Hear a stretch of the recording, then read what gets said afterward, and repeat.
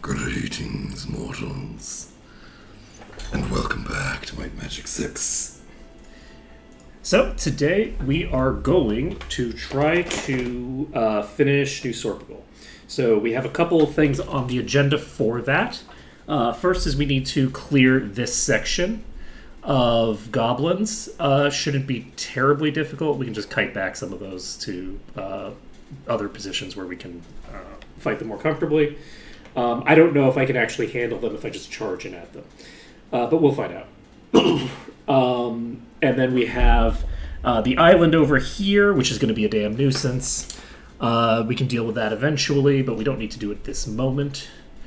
And we have the island up here, as well as we have some horseshoes over here that I should pick up. And maybe I should pick those up. I think I'm going to pick those up first. Let's pick up those up immediately.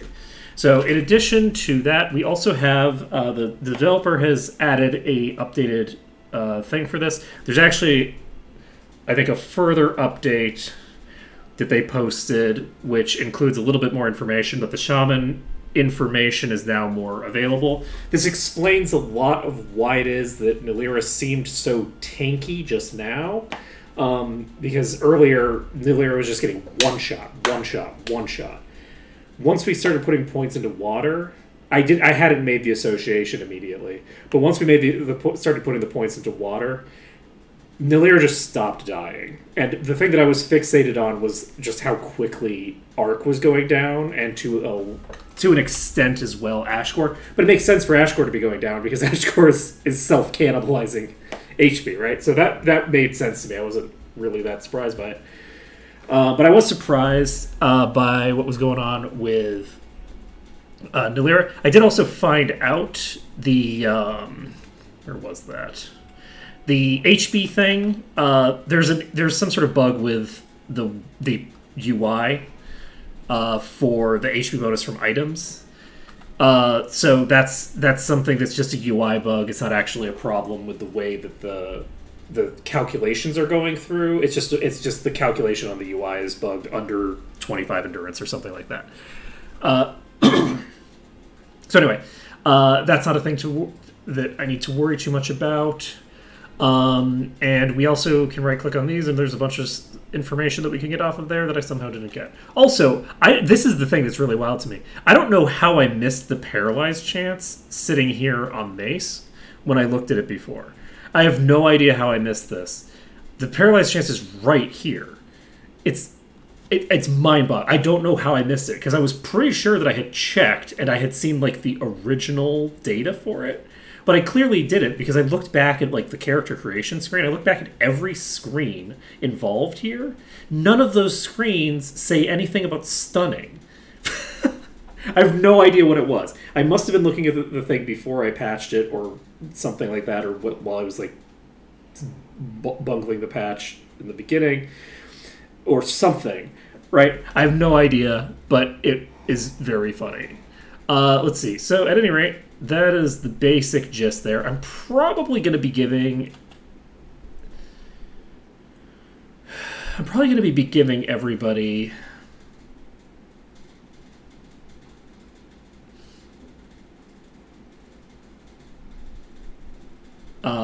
whatchamacallits. I'm probably going to be giving everybody maces.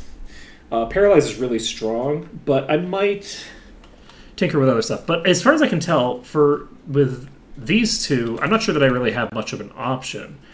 Because it says that one-hand sword does not get any class damage bonus when in main hand. So I don't...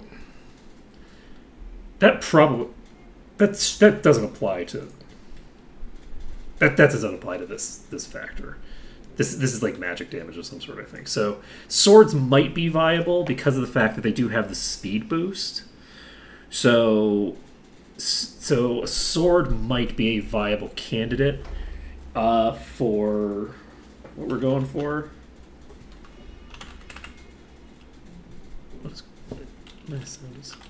Okay, perfect. Let's see. Wait, did I save after? What is happening? Did I save after I used Divine Shield? Okay, that's funny. I used the Divine Shield. to check it and then didn't there. Let's see. So what was I saying? Okay, so I think for now we could just go get the things over. Actually, did I check all my items? Right, there aren't any changes because I didn't actually get the finger increase. I'm not swapping this out yet. Okay. So, with that being the case, I'll just slap this onto arc. Because the speed bonus will help. Let's see. And, yeah, we're going to pop over, grab the horseshoe. Nope! There is another thing. This is why I usually make notes for myself. I want to pick up perception on everybody, and I think I'm going to just pick up disarm trap on everyone as well. And we might as well pick up dagger on Ash. So, and that would actually allow me to use that dagger in my offhand. This is huge. Yes, absolutely. Okay, so swap this in. That allows us to use. Don't we have a better shield than these? I guess not. That allows us to use the shield. That is a fairly huge upgrade. Now, this is quite a lot of damage consolidated into the party member that I least want to be dealing damage. Because the more damage that they're doing, the more likely they are to be the one that gets a killing blow on an enemy, which means that it's less damage that's going out to the... It's a higher probability that the people that I want to be attacking are not attacking because the enemy's already dead. But it's fine. It's not a huge deal. So, I think this is fine. Pop over here.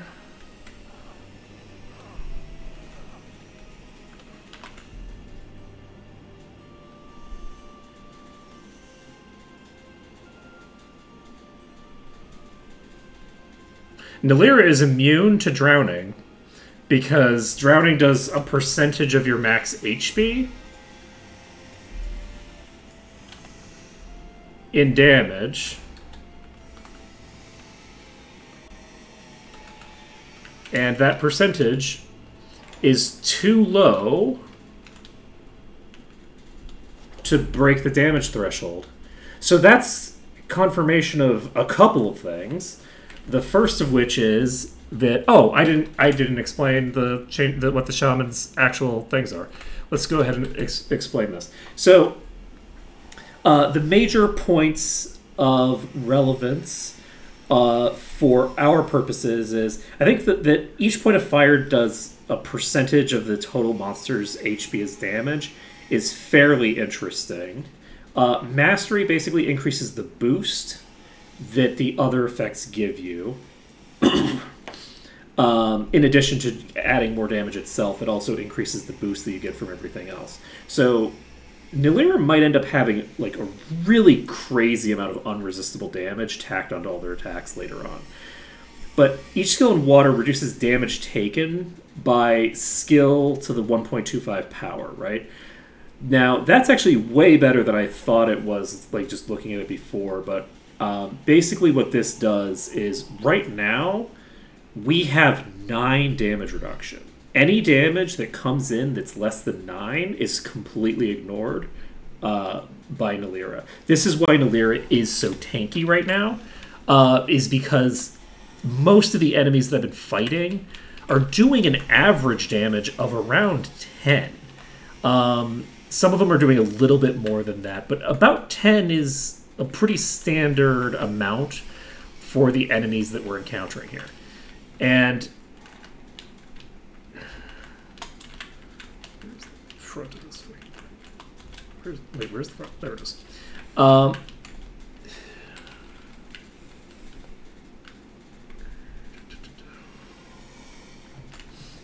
to remember. One of the nuisance things about trying to get out of places like this is just trying to remember how you actually do it.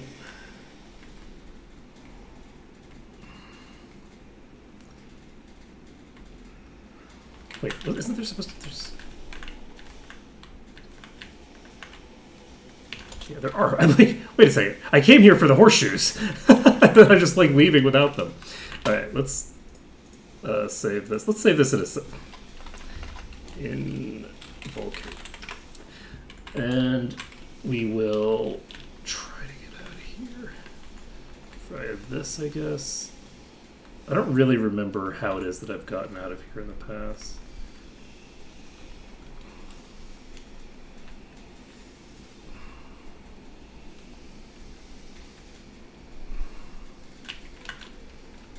It's so funny because I think that I usually on the south wall, aren't I?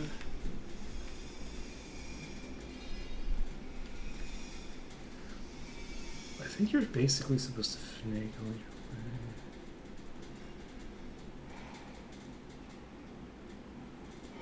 Alright, this is just working, so let's just keep walking like this for now.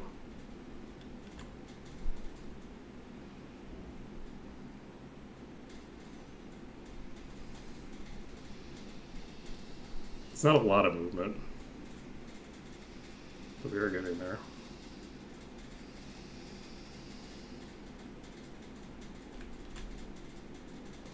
So, there's probably a faster way to do this, but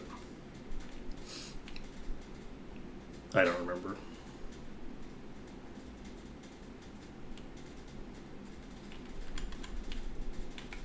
I am making progress, am I not? I better be making progress.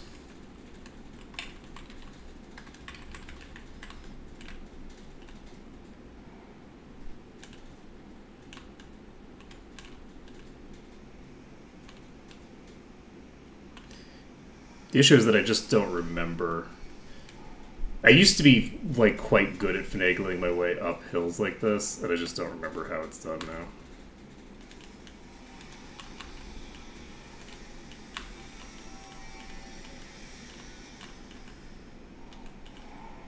Like, I used to be pretty fast at it.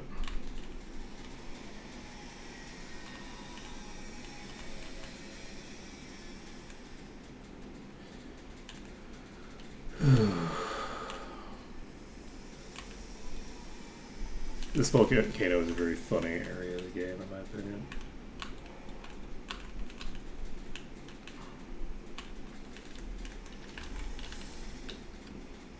Because it's right in the beginning. It's fairly easy to get into it, and it's really not trivial to get out.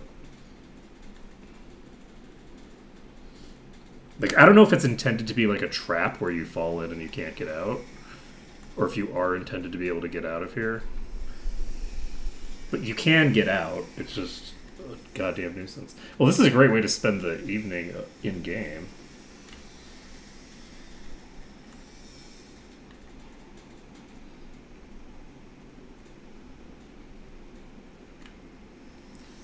I just wish I remembered how to do this.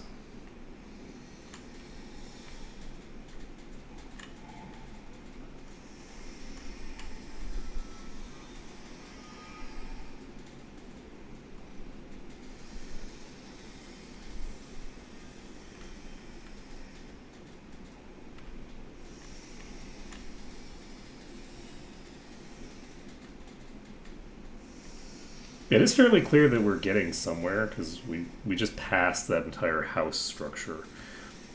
It's just so slow.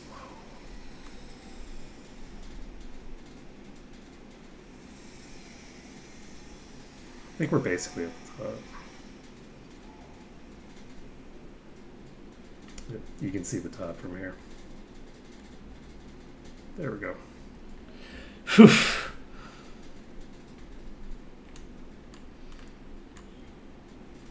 You can't very easily check your progress either, because the wall basically just looks the same the whole way up.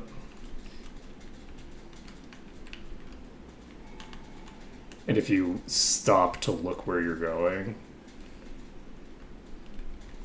then you lose all your progress instantly.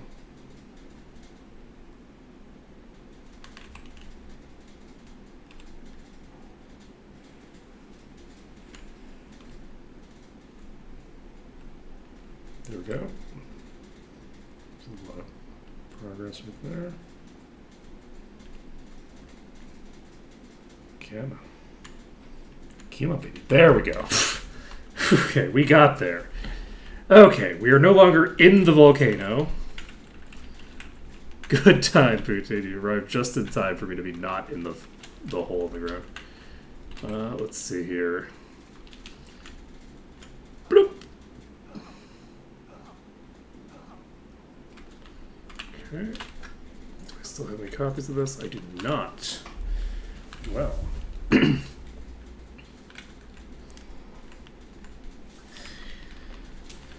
I wonder how much damage lava does.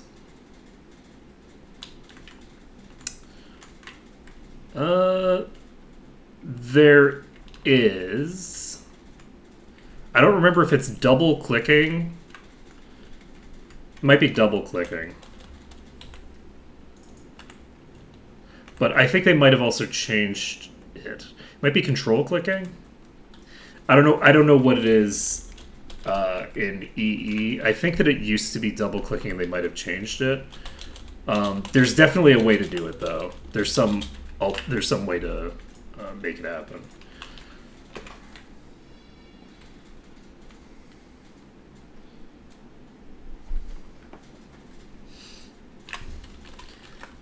Okay. It's 4 o'clock, so we're almost back to morning time.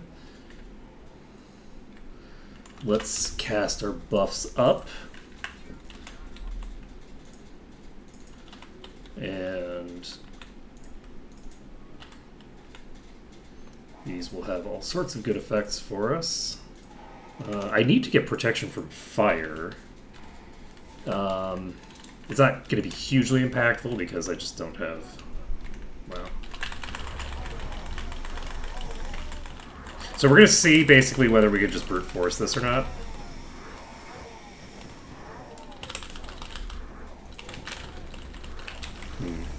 The answer is clearly no. Alright, we're going to reload. So we're basically just going to have to pull some of them. Luckily they are fast enough that it makes it way easier to pull a long direction.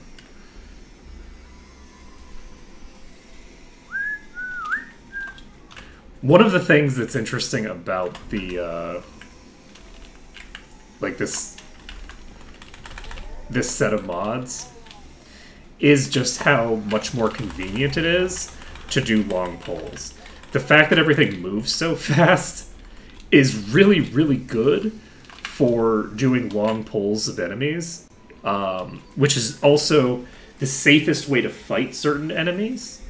Like, so certain fights are not necessarily, they're not easier. Every fight is harder, just from a purely mechanical perspective.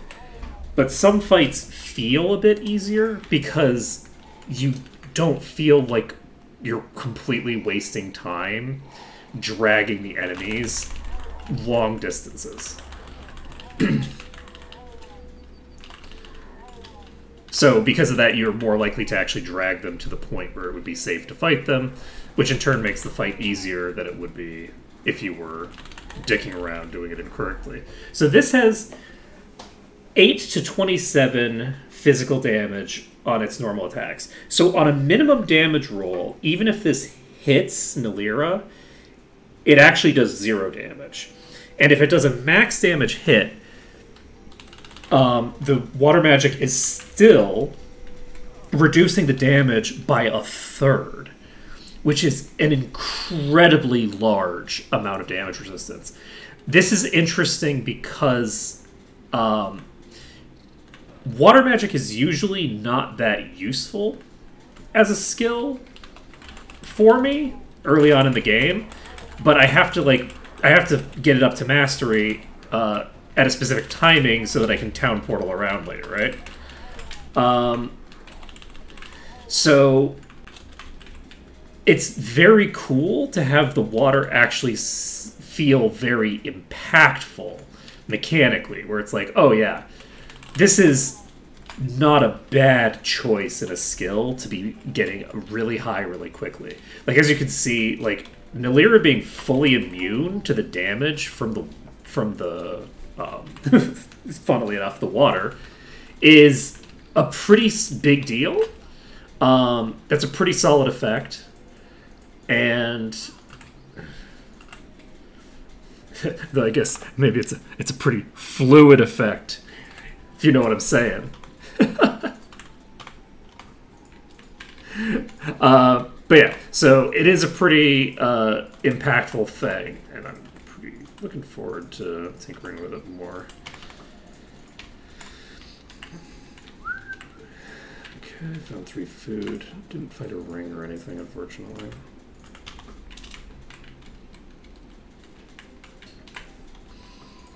Okay, so is this the water person, maybe?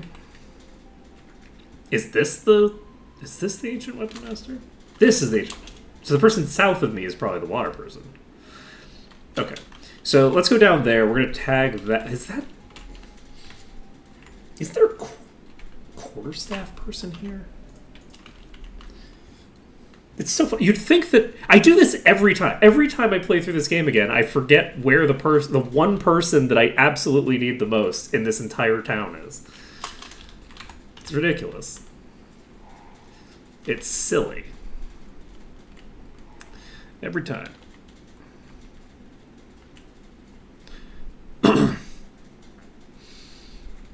Oh yeah, it's being able to open the containers in the cell inventory is a big deal.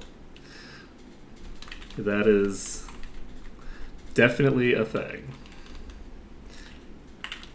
Alright, so you are a gate master. That's not what I need. Okay, so where's the water person? Wait, is the water person on Garrick's Island?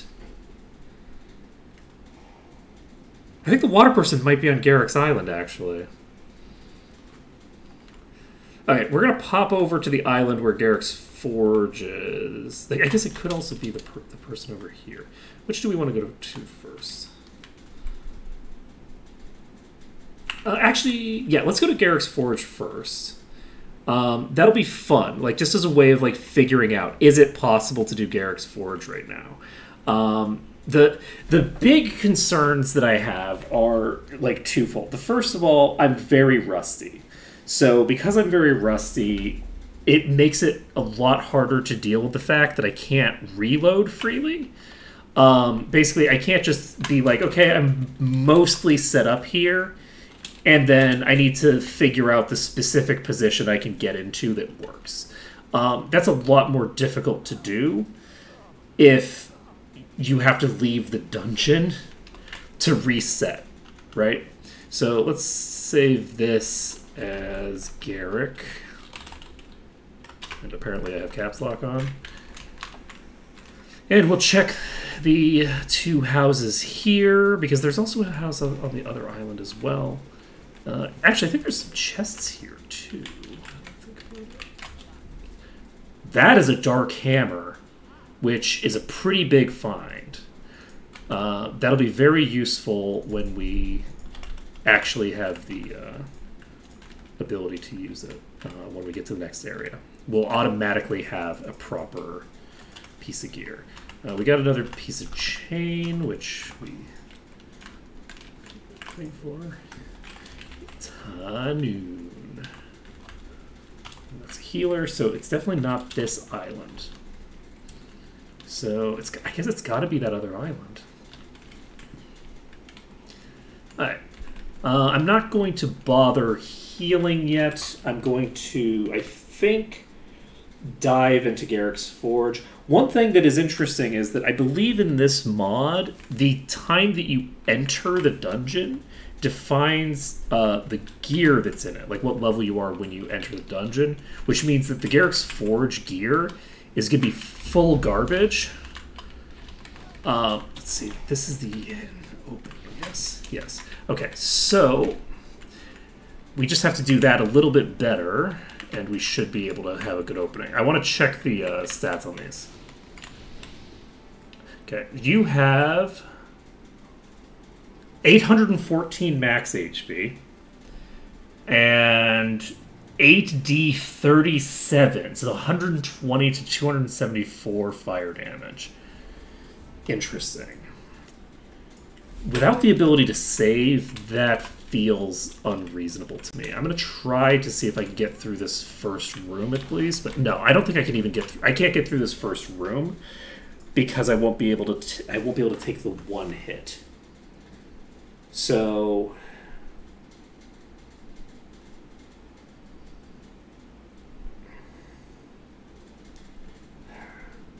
I could try baiting out an attack into the bottom of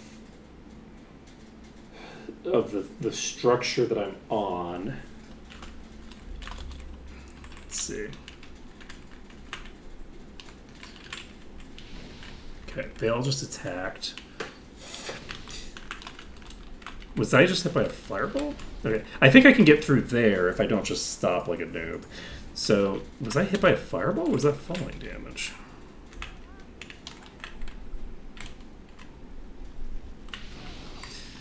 Okay, so I need to trigger the attack.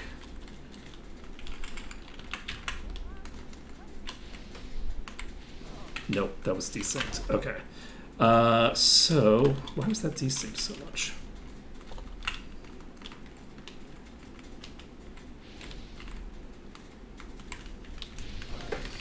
Unfortunately, that one is... These ones are currently in range to attack me from there. So let's try this again. I want to see... I don't think I've ever done a strat that involved trying to...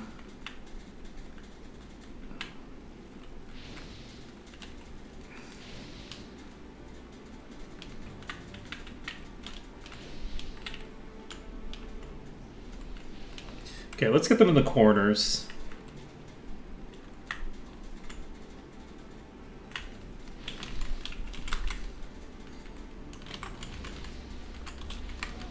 No, that one will be launching an attack quickly enough that I can't.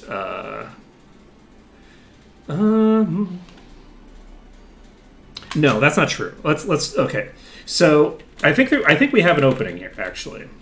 So the first thing that we need to do is we need to trigger all of the enemies in this room, right? All the enemies in this room need to be brought to where we need them to be, right? They're now in those corners, right? We bait the attack, right? Before the next attack can come out, we get down here, and that's the goal. However, we didn't trigger all of the enemies. You saw that one that was right behind me there? That enemy right behind me is what boned us there. So, if we can basically get all of them aggroed, not just some of them, then we could hypothetically... You're not close enough to me, right? No, you're not. Okay. Let's see. I love how it says Divine Protection saved you from lethal damage when it absolutely did not.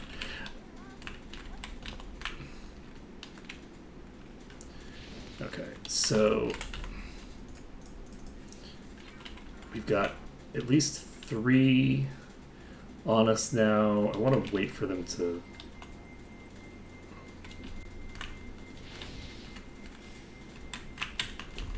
Fuck. Let's see.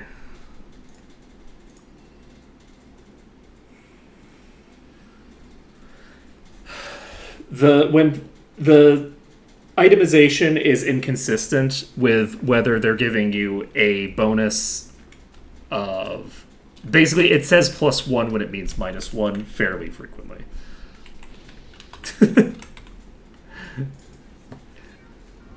It is a problem. This is why 2nd edition is the last edition that decided that lower was better for all your stats. Okay. Fuck. Yeah, that one is a problem. So, this one getting locked down here is... Is there a way to deal with that? Because I don't know. Okay, let's see if I aggroed by getting into the middle then. Yes. When it says it's a bonus, it means that it's moving in the direction that's helpful to you.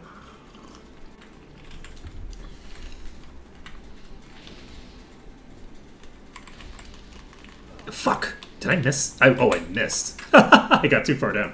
I was trying to dodge the first one, and I dodged both.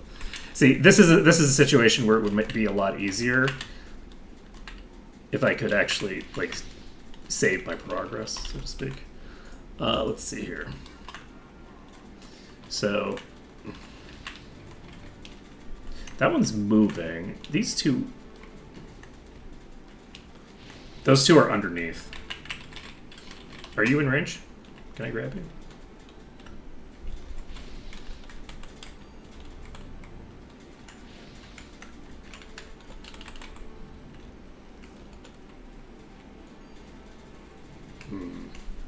I think it probably is too high.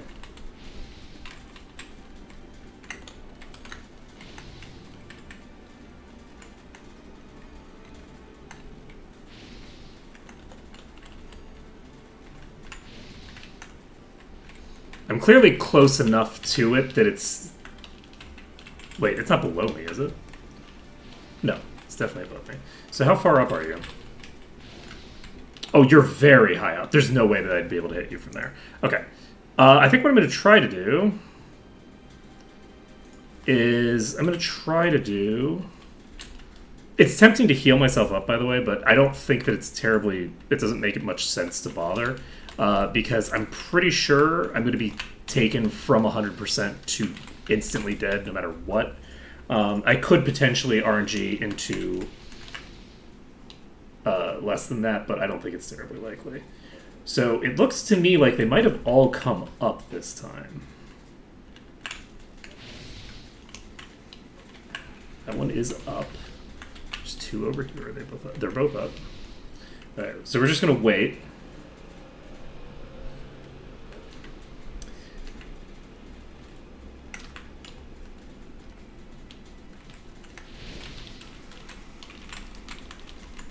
Fuck! I hit the wall. If I hadn't hit the wall there, I think I would have gotten it. So, but I'm not sure that I can consistently make that happen. I might have made that happen by just dicking around out here for too long. So let's see if we can make that happen again. We're in a sort of like information gathering stage here. So that was bouncing off of this thing here. Are you all up? You're not up. Okay. So the fact that that one's not up means that that's not something I can necessarily rely on with the strategy I was going with there. Let's go ahead and cast Wizard Eye. Let's find out where they're all spawning. Are they all right there? Is that where all the enemies in this room are? I'm going to check that, actually. I think this is just going to be an information gathering portion. Yeah, you are not going anywhere interesting. You are both... Oh, you're pretty low, actually. Oh, that's in range!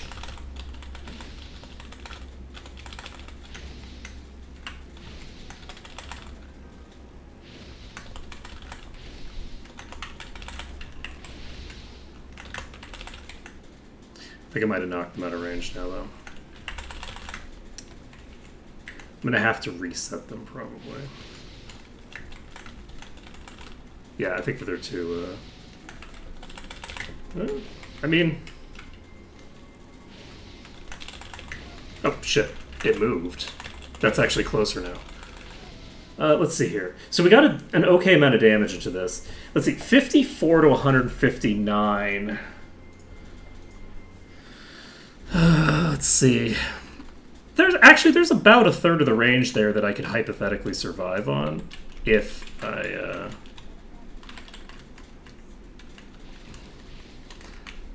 So let's. I should just be casting this before I. Fuck. Fine. Nope. Okay. Are they all at the top?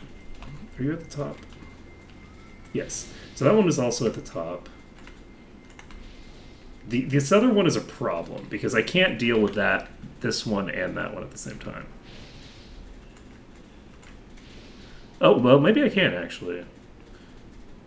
I seem like I have a wider berth than I'm used to. Can I hit you from here? No, right? No. The other one is able to hit me from there. Okay, so I think that what we're looking for predominantly right now is to get those underneath. We're looking to get the terrain in between us and them. And if we can get that done for a couple of them, let's see what I'd like to do.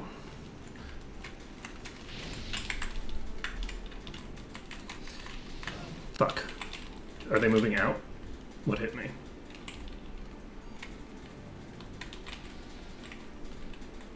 Did I just get hit by a particularly unfortunate curveball? What happened?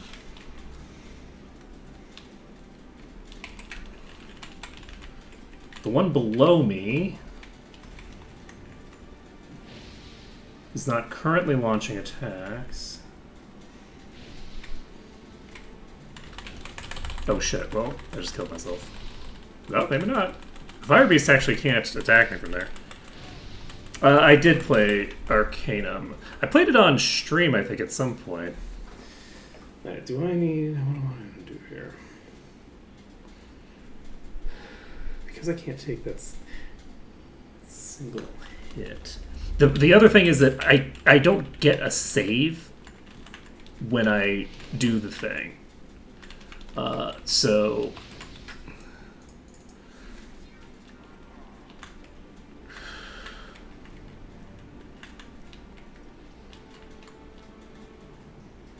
So one of the... What we're basically looking for is one of two things. We want...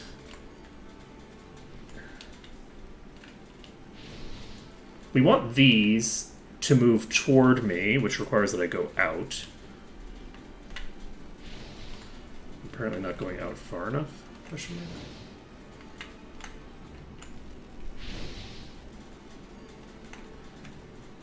Like, this would be very... If I've...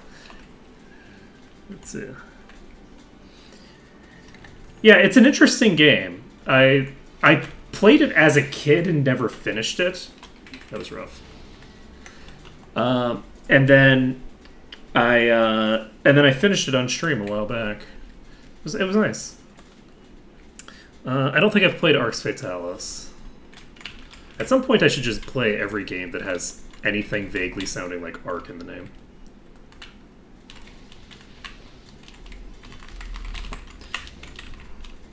Okay. So, I think that works reasonably well. So, now we can aggro this. That doesn't help me too much, but it does mean that it's now out of my way, so I can see if I can figure out a solution to these. So...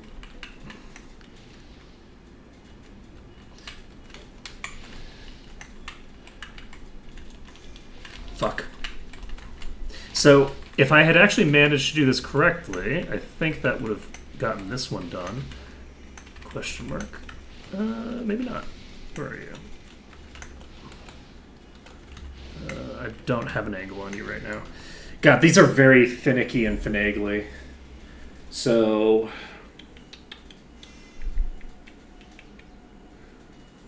I think...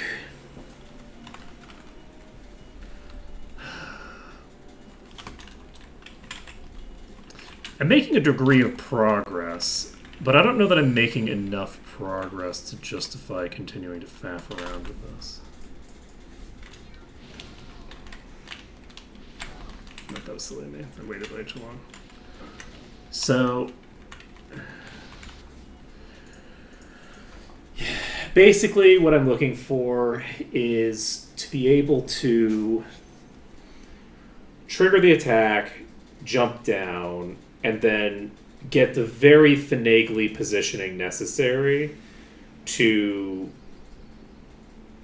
take out that group which I've certainly done before. Once I get to that point, it's not meaningfully harder than it is normally. It's just that I can't save while I'm there. That's the thing that's really going to mess with me, is that because I can't save my progress, if I ever screw up, it's going to...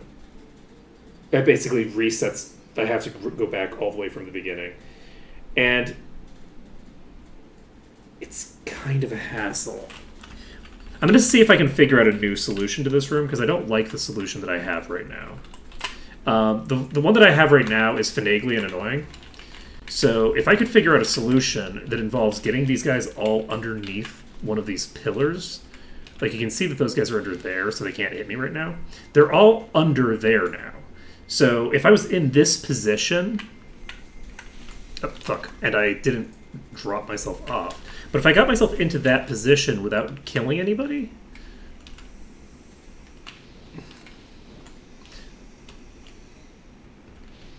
I could see that working. Like, that one's hitting the ceiling above it. And I can then just drop down over here. From here, none of them can hit me. And this doesn't change their behavior until later. The issue is that I can't look down far enough to hit them for me. Oh, there we go.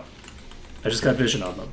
So from here, if their fireball spells hit me from here, this is not going to be a reasonable solution. Wow, this is so much better. Oh my god, this is such a better solution. God damn. So the previous solution that I had to this room was... actually, I'm unequipping this. Do I have another weapon that you can use? I can use dagger. I'm going to equip a dagger on you. I do not want to paralyze someone. Because if I paralyze one of these, it's going to fall down. And if it falls down, I can't hit it anymore. And it will be outside of like melee range. So it might really screw me if I paralyze one of these. So we don't want that to happen. So let's see, what am I doing now? Right, I'm going to go ahead and cast some of my buffs.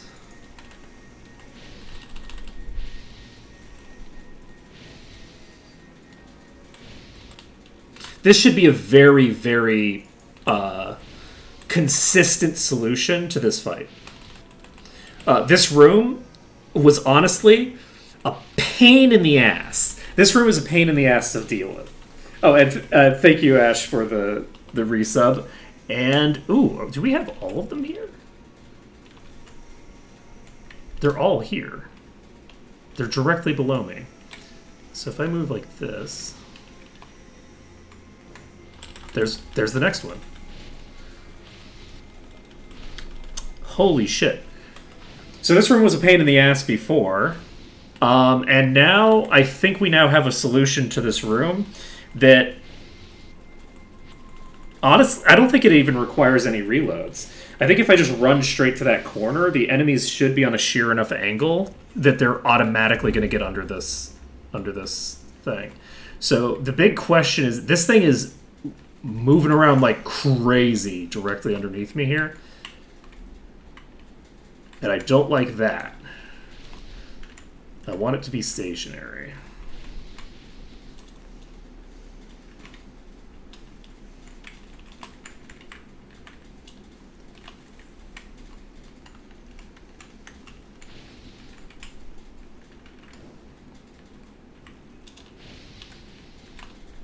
I got vision of it.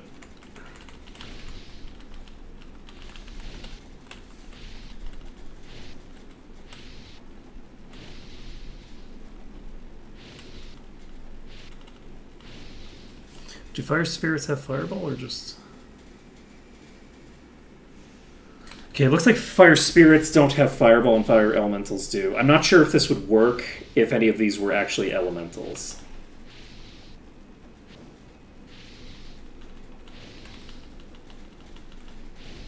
Because if they're elementals, I don't know though. It's hard to say. The way that those kinds of projectiles work with walls is fairly inconsistent, and I don't want to say that it wouldn't work without testing. But I am happy to take that W at the very least. So we've cleared the first room, which means we now have the ability to walk in and out of this place while retaining our progress. I'm so happy that I decided on just like trying a different strat completely, as opposed to just like going, oh well, this strat is going to be a pain in the ass and not going to work, so I'm just going to not do it. I'm happy that we settled on this instead. Let's go. Okay, so we aggro you. You go into your corner. Now, do you not go into your corner? Where the hell are you going? Why were you coming straight at me? Oh, you were coming straight at me because of the thing. Okay. All right, we need to activate the bridge because the bridge is actually extremely important here. Okay, garbage leather armor of might.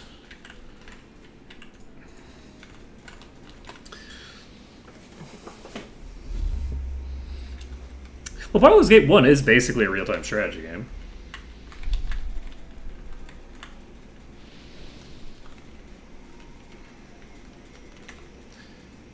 Let's see. Oh, shit. Nope, that's not great. I don't want you in there. I need to feed that. I need to siphon that one out of that hole.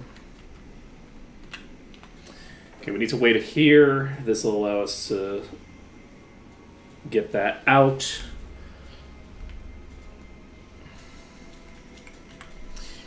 Unfortunately, this is going to be a room that is legitimately quite a pain in the ass, because I do not remember...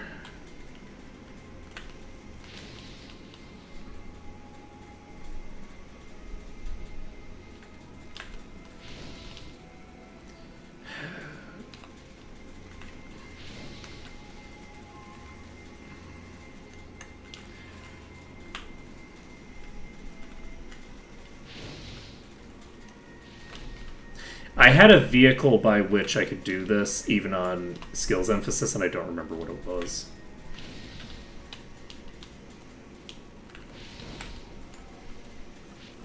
No, that's not fast enough. Let's see.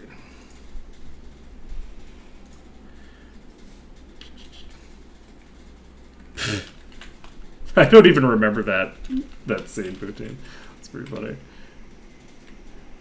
Okay. So you are inside there. Oh, holy shit. Someone just got knocked unconscious instead of killed? That's a damn miracle. Alright, we're going to reload. I don't really need to necessarily, but I'm going to. I need to load up my hits.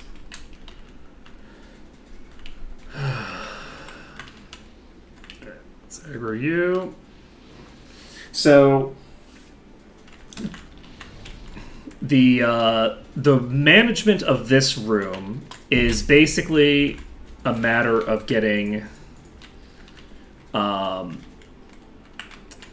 you basically need to... First of all, you need to aggro everybody so that everybody's all synced and in the corners where they need to be. You need to get out of the middle so that you can... Oh, did that guy go in? Oh, that's perfect.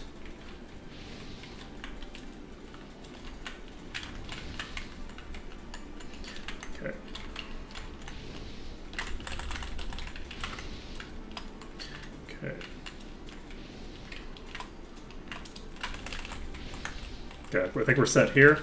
So this one is done. We got this fire beast dealt with. We're going to walk out and save after having gotten this one in here. The big difficulty for the next piece of this is basically the homing projectiles make it a lot harder. And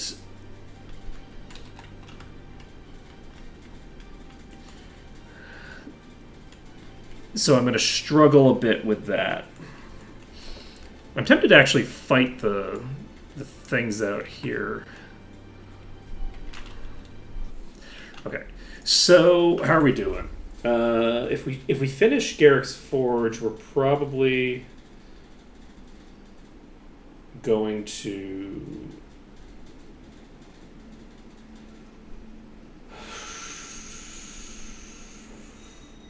The fact that we got through that first door, I'm trying to think of the other rooms. If we can get through this next room, most of the wizard rooms are pretty trivial. I'm actually way too lazy to even attempt to do the chest room or the crystal room. So I guess the 2 chest rooms. It's just a pain in the ass, and I don't want to deal with it. So if I just make the assumption that I don't want to deal with those, then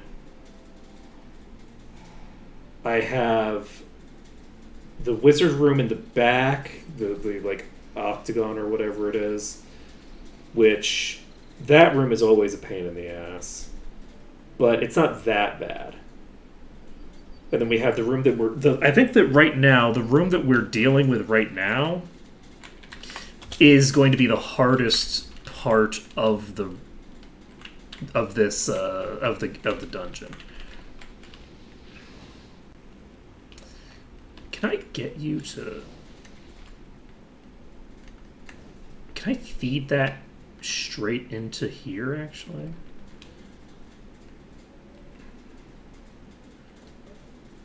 Probably not. Okay. So we're going to bait. We're going to run. They're going to attack.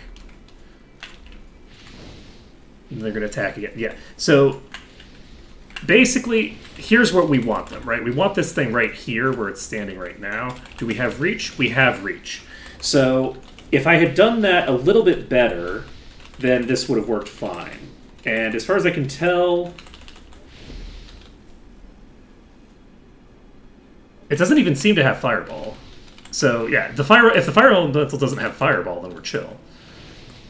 Because we don't even need to worry about this. Is 228 to 442. So yeah, okay. So that's proof of concept. We got that thing locked in where we needed it to be, and we were able to hit it while it was locked into that place that we needed it to be.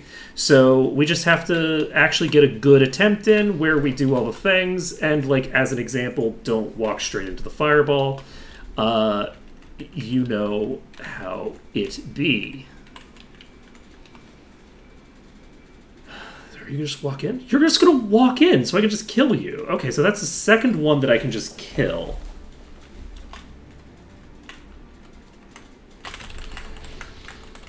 No, you're... I didn't quite siphon it all the way out, but I came pretty close. How much does this Fire Beast hit for? Fire Beast hits for 5d32 plus 30%. Let's see. Yep. Okay, so that's the Fire Beast down. Okay, found a solution for this room.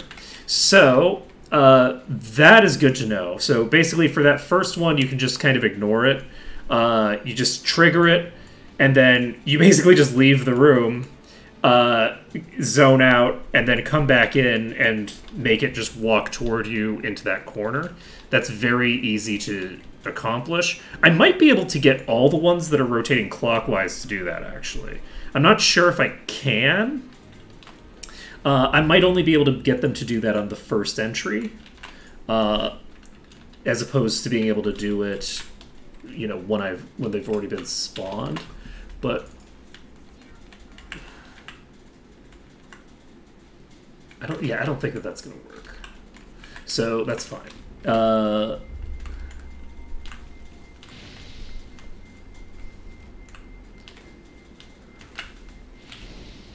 Fuck the delay. Okay, let's see here. I went out too early, so I don't think all of them had gotten reach. What am I doing? I'm walking. Okay, that was actually fairly interesting. I might be able to finagle that one into that corner if I wanted to.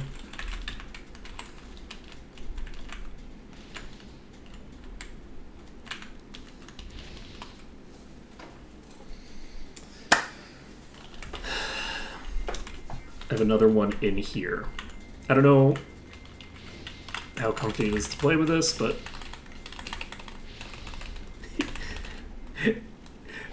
easy game, easy life, as they say. Is this paralyzed? I don't think so. I think it's just confused. But that's fine. So, we're going to cast all of our DPS buffs because we need them. This is going to take forever. This is a very, very high level enemy.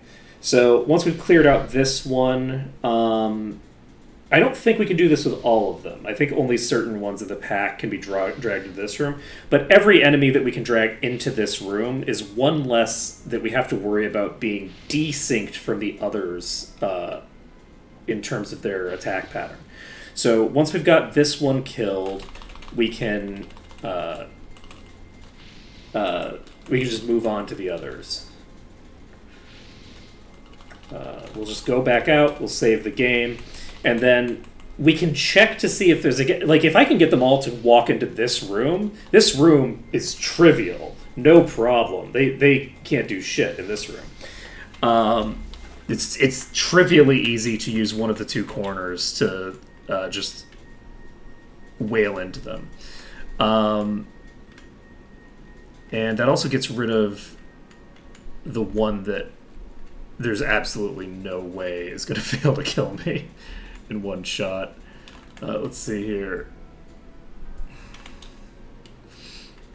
I also don't know how much experience the enemies in here are going to be worth. Again, I think that normally I end this at around level 8 or so. I'm not positive. Alright, do I have to train before? I need to keep that in mind. I don't think it matters. I have expert body. It doesn't matter at all, actually. With expert body, even if I, take extra time and faff around, it'll still be fine.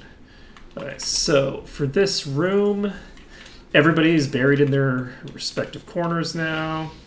So we're just going to dive across.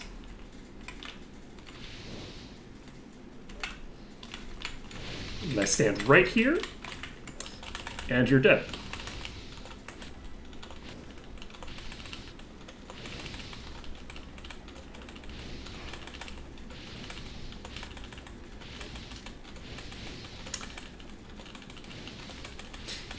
If people didn't realize that I had figured out these patterns like years ago, this would feel really impressive. Like, oh yeah, I've got a solution for this. I will say that the two that I killed in this room are solutions that I don't think that I've settled on in the past. This is a solution that I figured out quite a while ago. I figured out this as a solution a while ago. I think I made a video on giving all the room solutions. Did I do that? Did I end up actually doing that? Oh god. Did I forget to make my room solutions video? I don't actually know. This is about half HP already. But I think this is both of the ones that were in this corner, so I don't actually know if I have to do this. I think I do, yeah. I have to jump in order to hit it.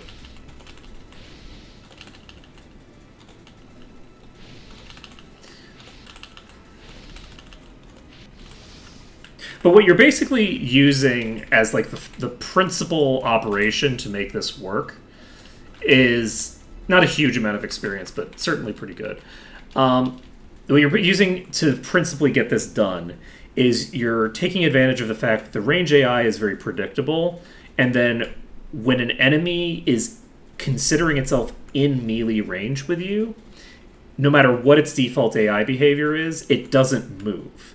So if you can lock a ranged enemy in a position where it thinks it has line of sight to you, but it doesn't, and that enemy is in melee range, it will stay there and continuously miss you with attacks forever, right? You never have to worry about it moving again. So the goal for dealing with for basically like solving a dungeon like this one is you're basically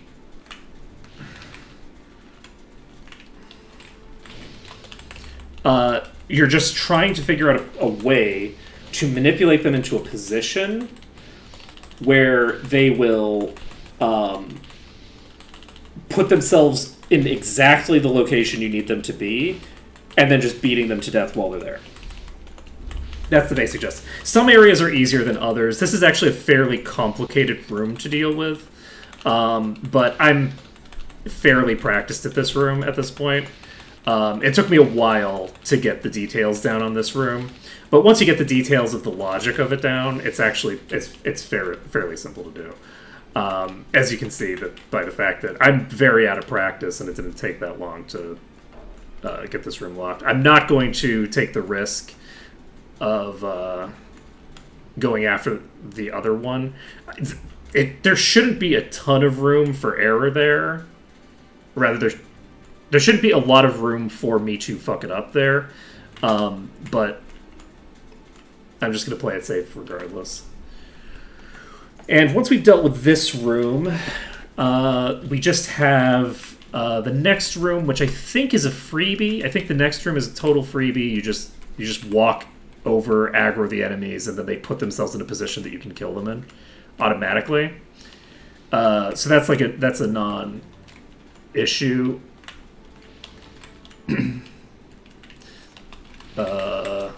Okay, I got too far away.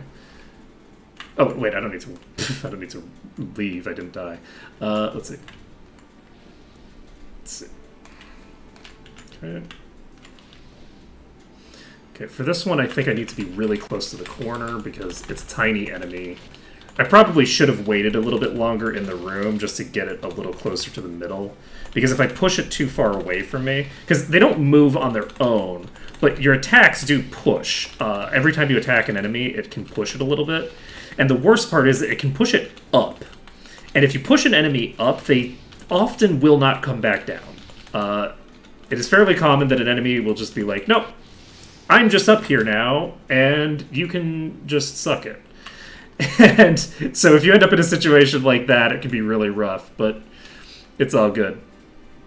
So we've cleared out the first 2 rooms of Garrick's Forge, which is good. And now we can continue on. How long has it been? I've only been live an hour? Holy shit. I'm surprised. I'm surprised that I came up with a new solution to the first room. Considering how ugly my original solution was to this room, I cannot believe that there was such an easy and elegant solution to that room just sitting there right in front of me. You know? Just seems a little ridiculous that that was what I settled on when I could have settled on the thing that I was doing today. You know, that's just... Oh, can't say no, of course. Let's see. We're going to aggro these. Did I not? I did. Okay.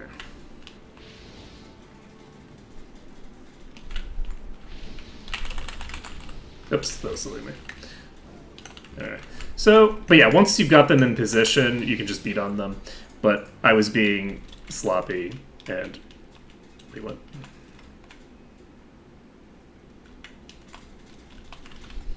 Just happened.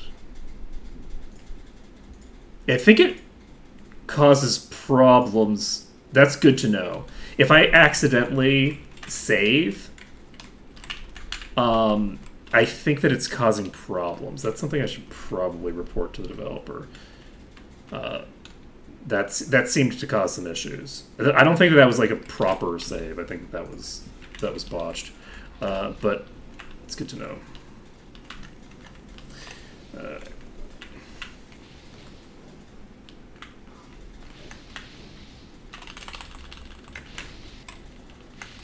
Okay, so this one we can just take out. And unfortunately we do have to just leave the area every single time we clear one of these rooms to save, because there isn't another option here.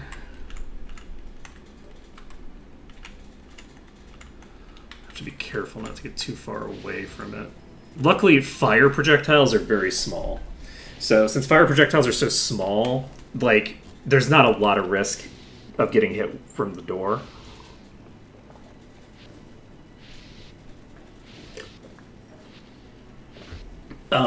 You have to... Whereas with the later enemies that we're going to deal with the electric attacks, those projectiles are freaking huge. They'll hit you a mile away. Pain in the ass. But I'm going to make the executive decision that I am way too lazy today to try to figure out a solution to the box room that's right in front of us. I just don't want to do it. I don't want to deal with it. It's a pain in the ass. It's too much work. No, I just won't do it. Fight me. So I'm not. That's a pain in the ass. I'm not going to do it, and that makes my life so much better. That I'm not going to do it because I just don't have to deal with it. And you can call me a coward if you want, and that's appropriate because honestly, it's pure cowardice that I don't even want to attempt it. And especially since I'm on a fucking roll, like, goddamn, we just cleared 3 rooms, and we are rocking our way toward finishing most of the dungeon within 2 hours, which is not bad. It's pretty solid, in fact. Okay, let's save this again, and I'm not going to load it. It's fine. So let's see here. Okay, so we're actually about to hit level 7. Do we want to train?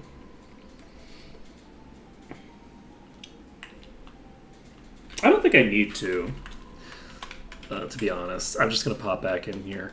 Like, from a resource perspective, I'm actually totally chill. I don't actually have to worry about running out of resources in this dungeon the way that I usually do. Because usually I can take incidental damage and not die instantly. I can end up in a position where I kind of bone myself. But in this, I can't really take incidental damage in the first place. And even if I could take incidental damage without dying, I just regen it all back up anyway. So, can I get you to go to where I need you to go? Yes, I can. I can do the whole counterclockwise group. I can just pin into this corner.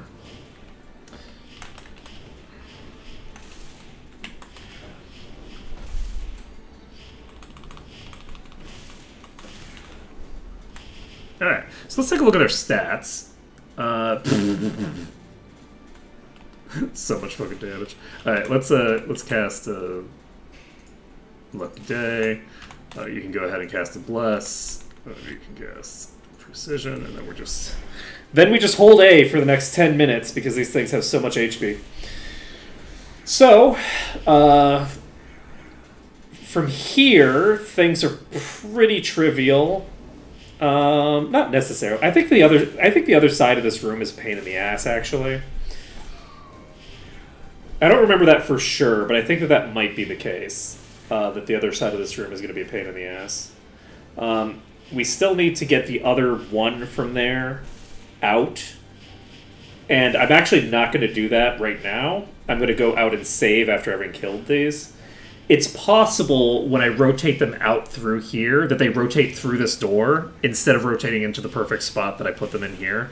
And I'm out of practice enough that I don't trust myself to actually pin them correctly. So I'm just going to not bother. I'm going to just treat it as a given that this is enough for one kill set. Walk out the door, save, and come back.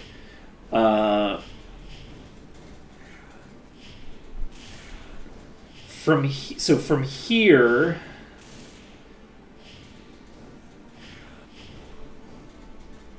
the elemental room that we have coming up is fairly standard.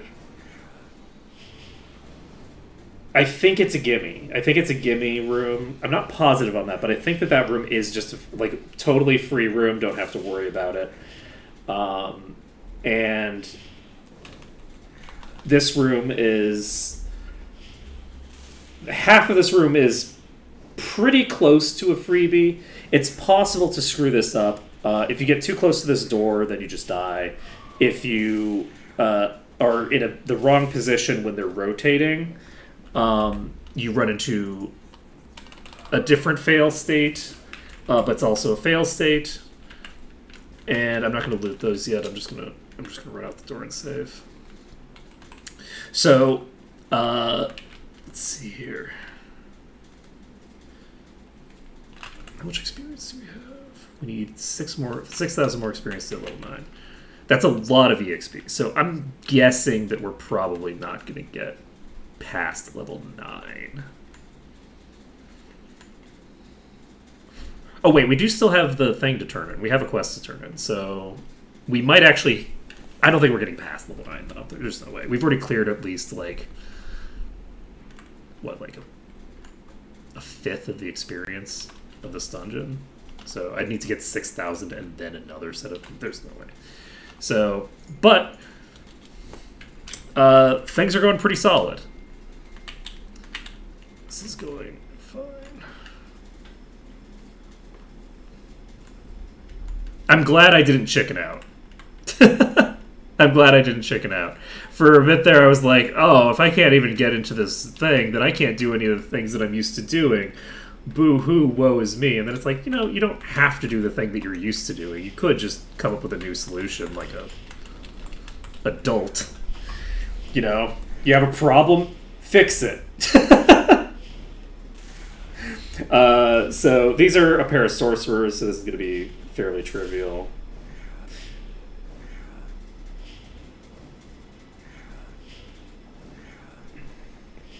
And luckily, with us in this position, when they run away, they will run back and forth across that wall, so they'll run back and forth into a position where they come back.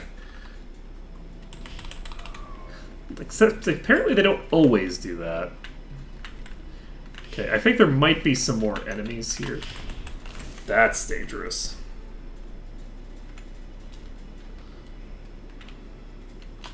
Okay, we want them here, and then...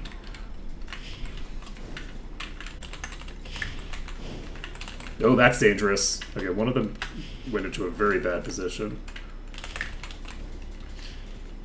This is...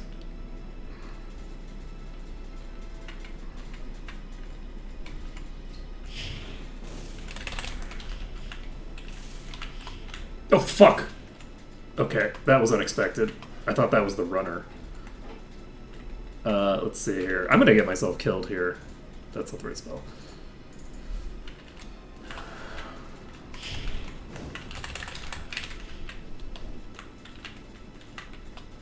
This is not a good strat.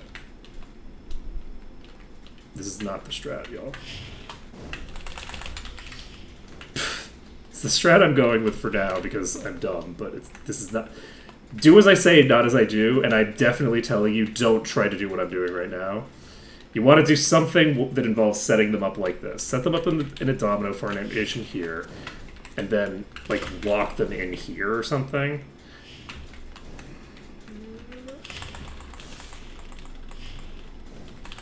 Okay, that's done it. Okay, we're fine. We might be fine.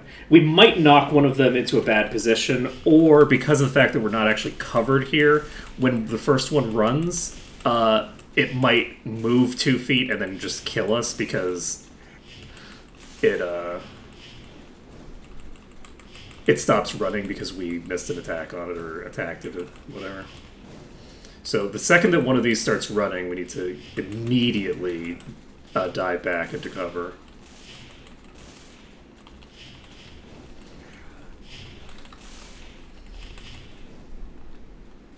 $1,600 HP, jeez.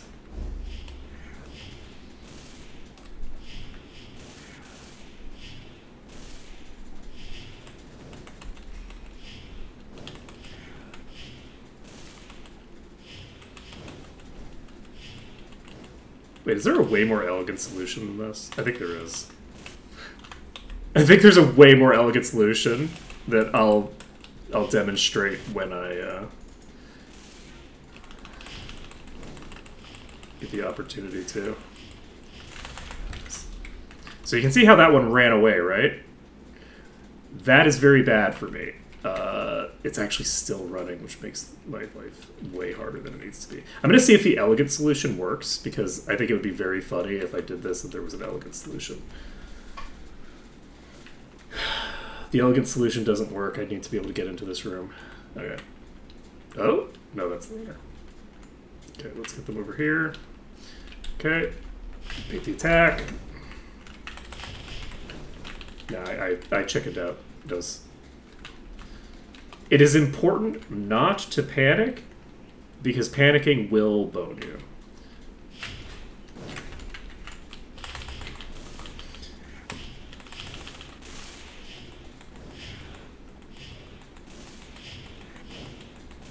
All the motions involved for this kind of stuff are fairly precise.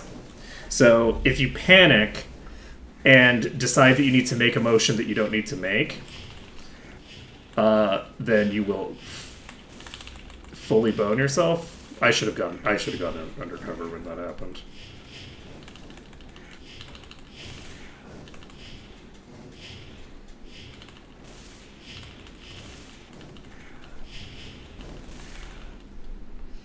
So we have one warlock that's low-ish.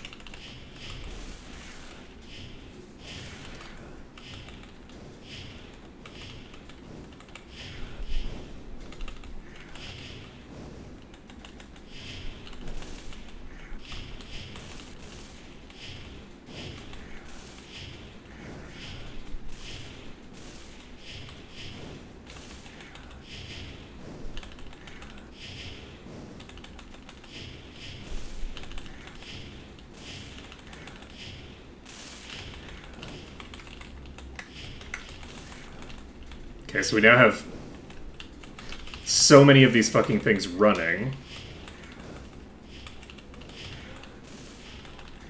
This is terrible.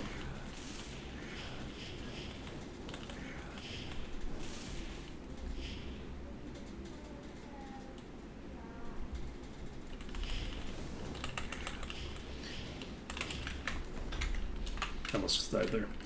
Okay. Just gonna leave these. And let's get the wizard eye back up.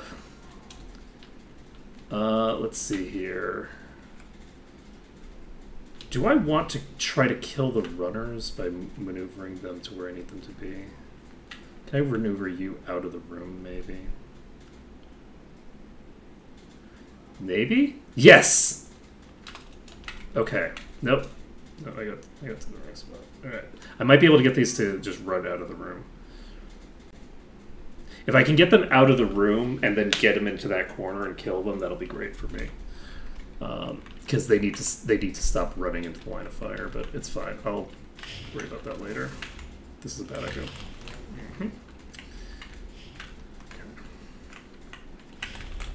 Yeah, that one's too far forward, and I knew it was going to be too far forward because I was being slow.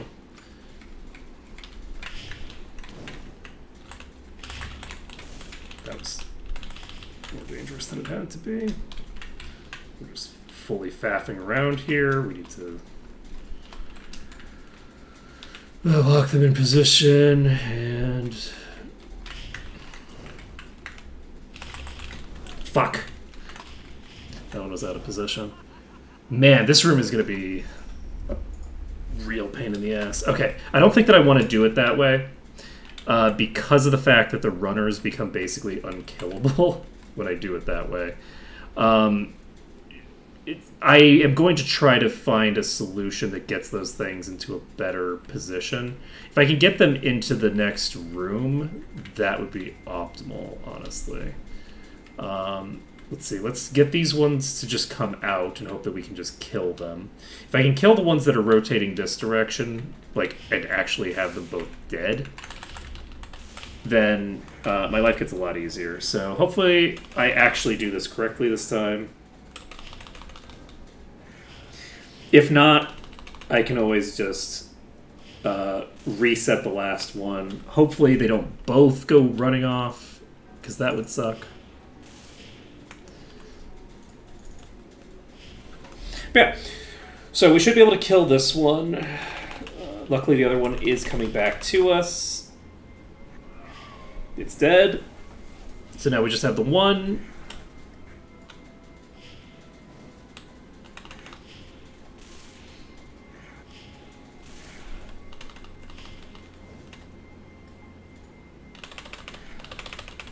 Fuck.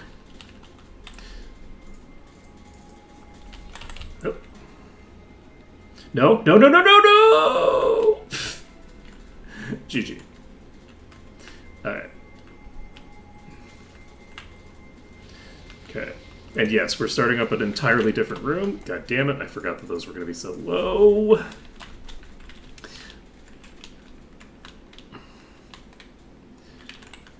It's not a huge time sink to have to deal with these things. Ooh, where are you from?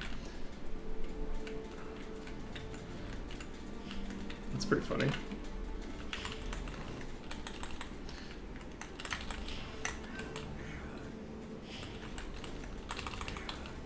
Alright.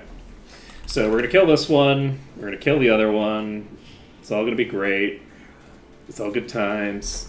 That's gonna run away, isn't it? Not if I get it. Oh, fuck. I didn't get the shot. Let's go. Let's go. Okay. Okay.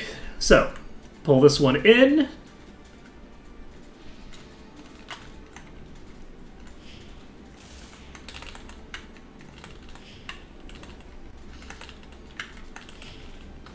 Alright. So, clear this one out.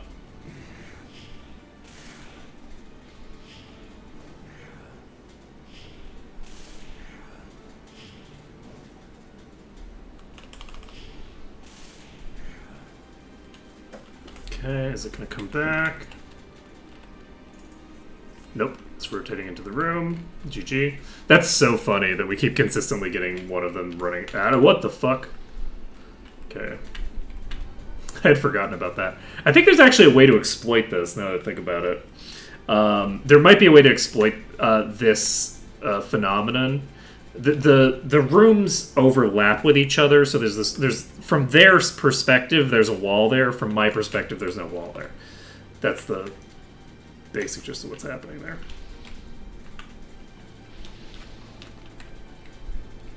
Okay, I'm just gonna stand over here for a second. So this room, I believe, is basically just free.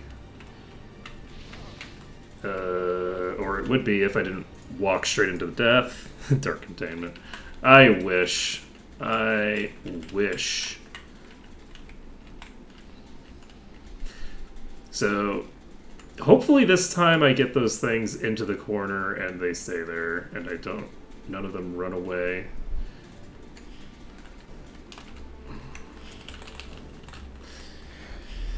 Oh boy. This is a standard arc mode, but I'm doing it on a mod. So this is a difficulty mod called like MAW True Nightmare. I don't know what MAW refers to. It's MAW, all caps. And they have it's a difficulty mod that's based in part on the skills emphasis mod. And they've changed up the stats in extremely robust ways. There's massive differences in the way that things scale. They've added some extra classes, which is always fun. We got them both. Let's go. Literally, we're leaving. The only thing that's kind of a nuisance is that you can't save while you're in the yellow range of enemies. Or you seem to be able to, but it maybe is it causes bugs. It causes some sort of problem when you do it, so not optimal. So basically, I'm having to do each of these rooms like one at a time. But basically, the scaling on everything seems really, really crazy. The fire elementals hit for like 250 to 450 damage, which is wild. That is some damage. It's like, that sounds like it's coming from a different game entirely, right? That's an entirely different level of scaling that I expect. It's like 8D37 or some nonsense like that. It's just ridiculous. Ridiculous amounts of damage. So, do I want to try to solve this room right here? No, I don't really. Yeah, really, really crazy stuff. So I'm looking forward to getting far enough into the game to see, like, how everything behaves. Well, I could have easily gotten myself killed there.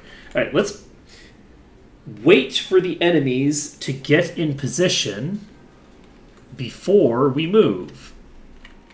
I believe...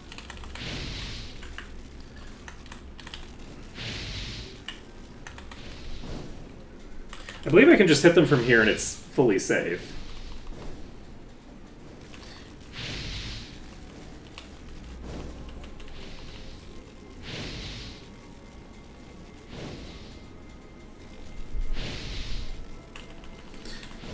So we'll clear this room. Once we clear this room, we'll have more space to play with for the other room. What I'd like to do is get them into like a position that I appreciate them being in. I'm using exclusively new classes. They're really subclasses, right? So the two people in the middle are Seraphs, which are like a subclass of Paladin, basically. They start with light magic instead of spirit by default. They're apparently not able to dual wield. They have slightly different like weapon selection, I believe. That's a problem.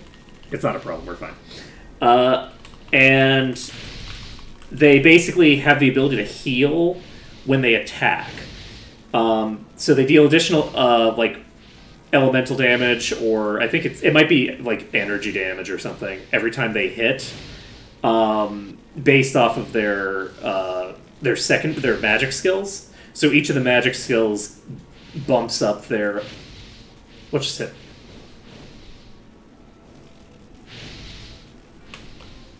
What just hit me? What just hit me? Who just hit me?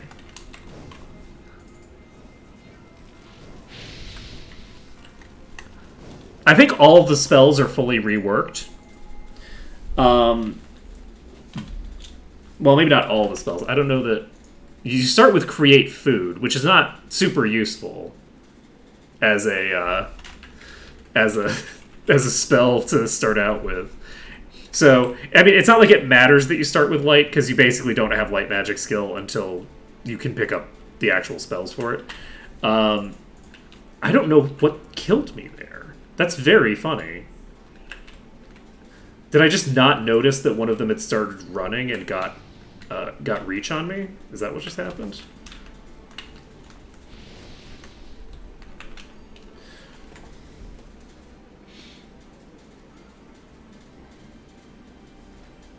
Because nothing hit me after that point. So I don't know what the hell that was. I must have knocked something into a position where it was able to hit me.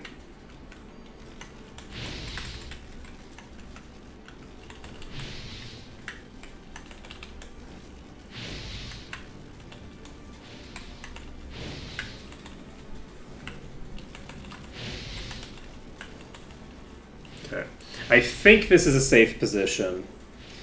The other ones didn't move, which means that my ass is less exposed. So I think that we're going to be fine here. Do I? Yeah, I'll just go for it. So the other characters are a Blood Knight, and so you'll see that every time Ashcore attacks, he's actually losing HP. And basically, the way that works is he will juice up his physical attacks with his HP as long as he has more than 40% of his max life. And then if he goes below 40% max life, he will instead start life stealing instead of thingering. And he actually life steals for 2 attacks after he triggers an attack below 40% life. So, in theory, he could basically, like, pump himself up considerably there. But he loses 8% of his max life on, like, every, like, non-40% hit. So, like, I don't imagine... We need the... What's guys?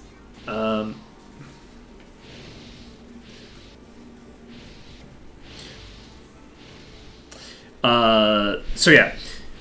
So that character I took because I asked a friend whether I should use the multiple Seraphs, or it is on YouTube already. So the first part of this should be public on YouTube already. enough people have complained that I'm going to try to do better about that. And, you know, we'll see. But yeah, and the other character is a shaman, and they have a lot. There's a lot of things that happen with the shaman. Basically, every time you increase any of their skills, it gives you additional bonuses. So basically, each magic skill increases damage of melee swings by 1, and then also has its own secondary effect depending on what the spell school is. So, like, air magic reduces damage by a percentage, water reduces it by a flat amount, and it seems to apply to all damage, including, like, drowning damage. So currently, Nalira is actually fully immune to drowning. It's like Nalira has a permanent water walking effect, because the damage threshold to get past her reduction is higher than the amount of damage that she takes from drowning every tick. So she just doesn't take any damage at all. Really cool.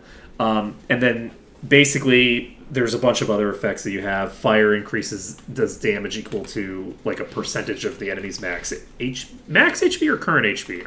I think it's max. But I'm not positive on that. Is that all those dead? It looks like that's all those dead. Okay, we're gonna go save. We're going to go do the thing that we're supposed to do and save. And let's see here. We've got... So the druid, like, shaman variant is super cool. Some of the stuff that isn't listed on there is apparently... I think it's body magic skill gives lifesteal or something, and mind magic makes it so that they regenerate 1 point of SP, or well, 1 per point of like skill or something like that. SP per attack. So I have technically unlimited mana on Nalira as long as I keep hitting enemies, which is very cool. Wow. Wait, did they change? They made falling damage happen in dungeons? Did Greyface do that, or did they do that? Is that part of the mod, or did Greyface fix that? I don't know. I guess we'll find out. I can't open this, so what we're going to do instead is we're just going to walk over to the other side. Nope, I accidentally activated turn based mode. Let's see here. Oh, that was silly of me. Why am I me? Why? Just walked straight into the open. Okay. So anyway, we're now doing Garrick's Forge. I don't think I'm going to do this room, but it is actually going fairly smoothly. So I might look. As a treat, we might do a garbage hell room, you know, as a treat. We'll be doing this room eventually, but I want to resolve this fire elemental room so that I have more space to work with before I touch it. Can I get you to move toward me without exposing myself? Yes, perfect. So from here, we should be able to just trigger all of these to get into the corner perfectly, and then beat them up the same way we beat up the counterclockwise group. Nope, that's going to be a problem. Okay, so we need to be very careful when we do this.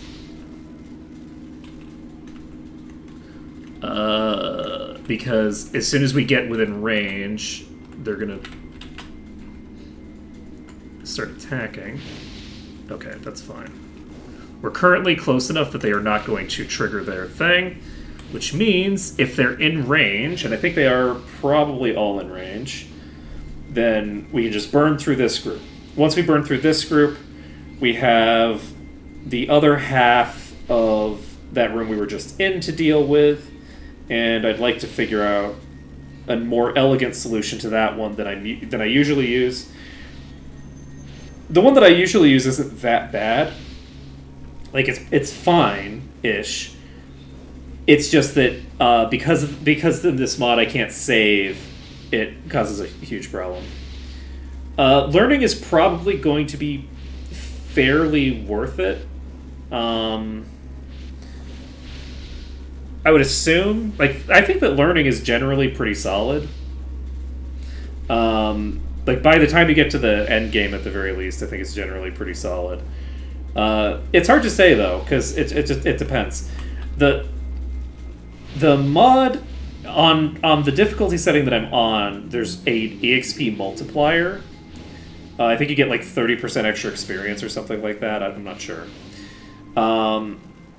And because because you get bonus XP, it's possible that depending on how they scale, because if they stack multiplicatively, then it doesn't matter, right? Learning is as valuable as it would have been otherwise. If they stack additively, then it might potentially not be as worth it, right? Because you're getting a lower return relative to how much you are putting in. So it's hard to say. I would say probably yes. But I will usually just say yes, regardless. I think that learning is a very solid skill as long as you get to a decent level. It's the kind of thing that you invest points into when you can afford to, because different points in the game have different like critical thresholds that you're trying to meet. So it just depends, right? Like if you can work it into your build, I think learning's always worth it. Basically. But it also the other thing is that it also depends. Like learning is way more valuable for me than it is for most people because I kill every enemy in the entire game, right? Like learning doesn't affect experience you get from quests. So if you're picking up the learning skill and killing half the enemies in a dungeon, the learning skill is affecting a substantially smaller component of your overall EXP gain, and you're going to be lower level, right? Because you have less experience, and the experience that you don't have is the stuff that learning would benefit. So you've got kind of like a double negative there, right? Where you have less overall experience to play with, which means those learning points are more expensive, but also the proportion of the total experience that you have that's actually coming from, that's actually going to benefit from learning is also lower. So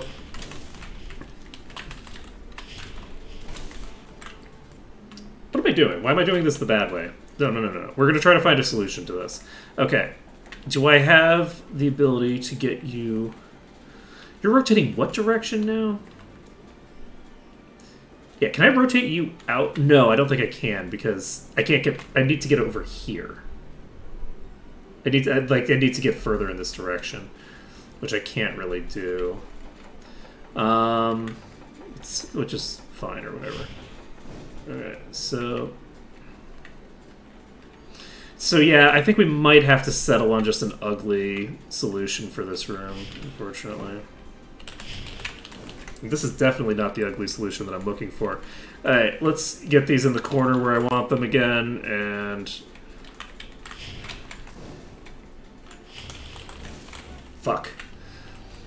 That one just, like, peeked out a little bit further than the rest. Just a little peek. Hi! I'm gonna kill you now. Alright. Man, this is a nuisance of a room. It's not a huge deal when I don't have to walk all the way back every time, but when you have to walk back every time, it's... The walk of shame is a little much. Alright.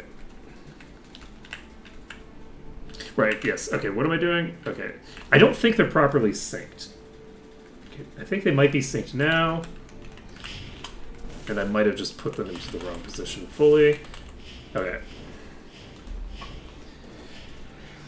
So, we have all the warlocks where we want them for now.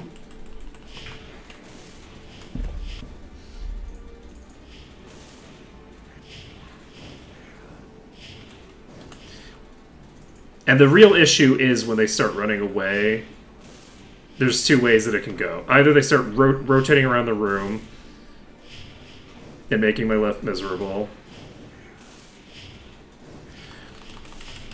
or they don't start rotating around the room and they make my life miserable for different reasons.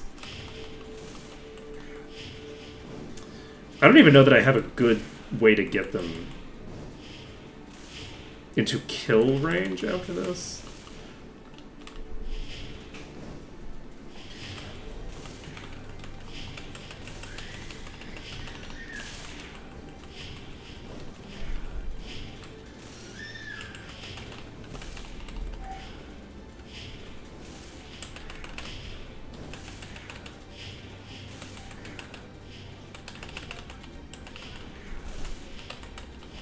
Okay, we're on a totally different enemy now. Actually, I have multiple other enemies now.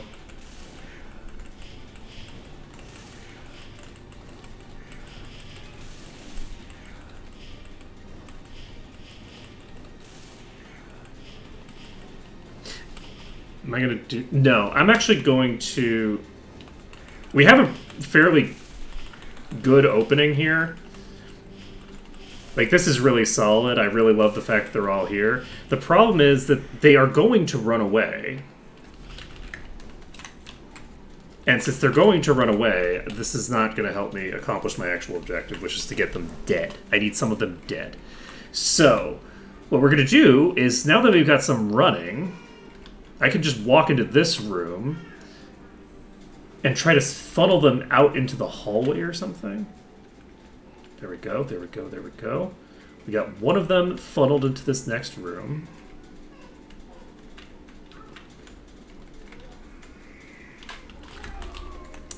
That one's dead. This other one's right here too.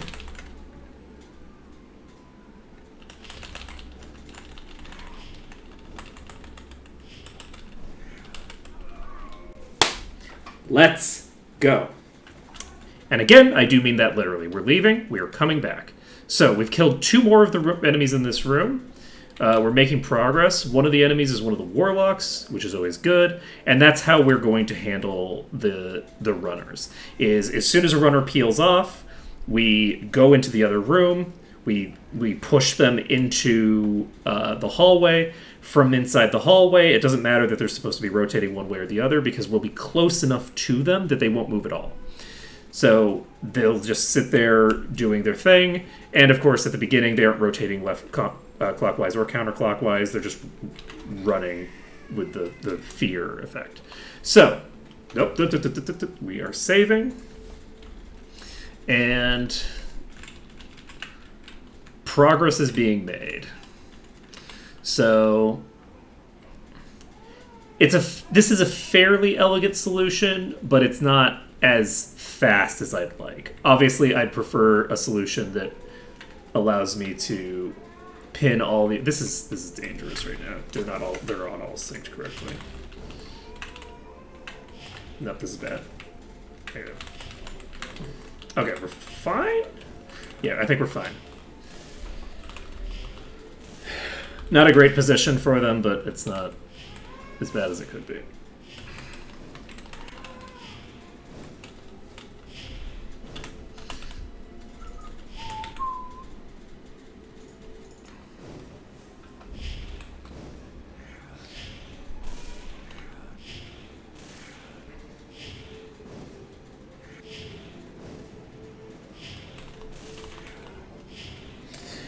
Alright, so we've got these locked in for now. I say that as I take my hand off of the movement keys. If one of these runs, there's a very substantial chance that I hit it again after it starts running, and it immediately turns around like standing here and then just shoots me in the face. So I do need to be ready when they start running. There's a lot of warlocks in this pack, so this is going to take a while, because for each warlock, I basically just have to... I did a panic run there, and I almost killed myself. I moved too far away from where I needed to be standing. Alright, we're going to get this warlock out into the hallway.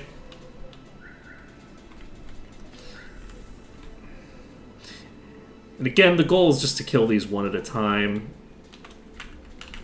Nice and safe.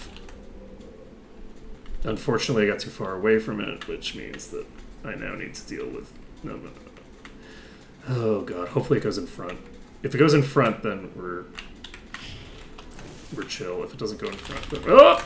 We're not chill either way! Jesus Christ! Okay. Yeah. That was fine.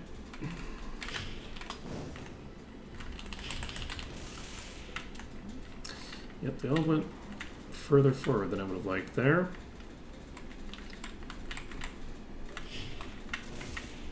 I would like for you to behave appropriately. Cease your misbehaving antics, my friends. Fuck! That would have been bad. That's a bad idea. We're just gonna go. We got another warlock down, and we're gonna just, again, play it safe, not waste time, right? Spending 30 seconds running out of the dungeon to go save is way better than spending a minute and a half beating on a warlock that we've already killed. You know, just like, that's just how it works. Sometimes you just gotta, you know, eat a little bit of damage in order to preserve yourself from taking a lot more damage later. It's all chill. Alright, let's save it up. And... recommended level 46 to 50 something. I love it. Okay. So, moving right along. Okay, so... it would be nice if I could spend points into anything other than water, just so that I could have slightly longer durations on my buffs. Don't like the fact that those were desynced. Alright, we didn't actually get blown apart here. That's convenient. Why can't I not hit you? Am I just missing? I'm missing because I have garbage accuracy. Okay. So, it looks like there's only 2 warlocks left. Yeah, the mod has added recommended levels to the dungeons, which makes sense.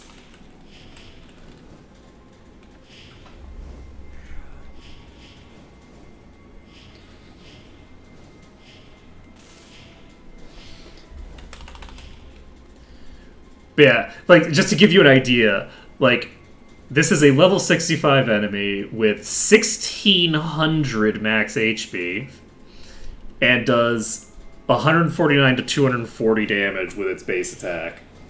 And that's nowhere near as strong as the elemental, the fire elemental was. The fire elemental was way stronger than that.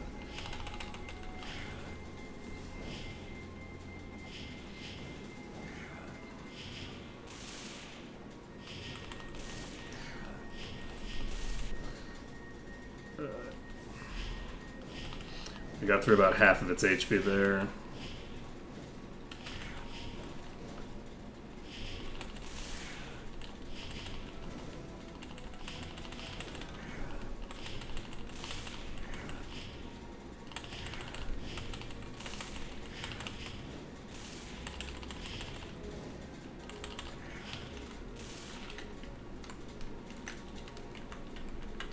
Okay. So, first things first, let's cast Cure Weakness. Yeah, Ash is hitting pretty damn hard.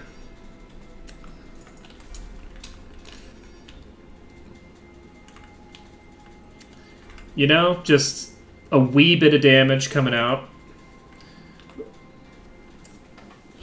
The attacks are getting juiced up by the cannibalization effect as well. So we'll see as we get further into the game how crazy it scales up. Oh, what am I doing? What am I doing? I forgot that I needed to be in... This just happened! I forgot I needed to be in range. God damn it. You're too far forward.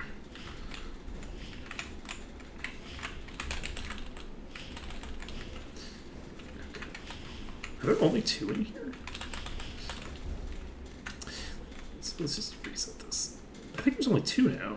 I thought there were 2 warlocks and a sorcerer. I didn't notice.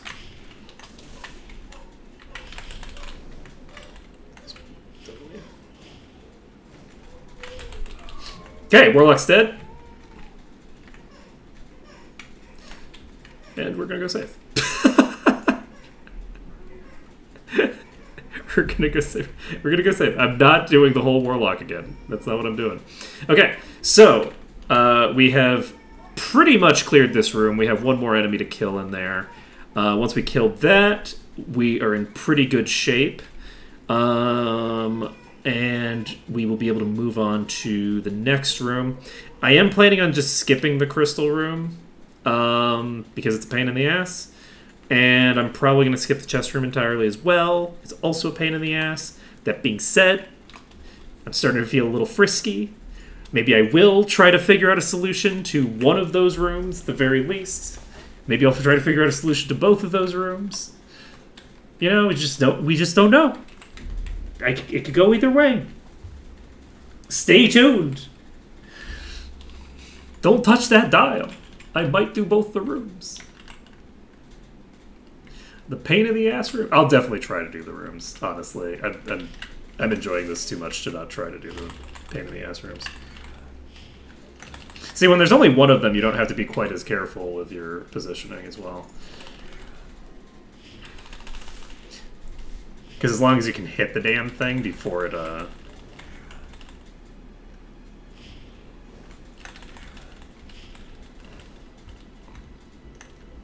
Alright, this one's running now. So we're going to do the safe thing, the safe, boring solution. Just get this thing pushed out of this room. The reason that we need to get them into that corner is actually not to... Oh,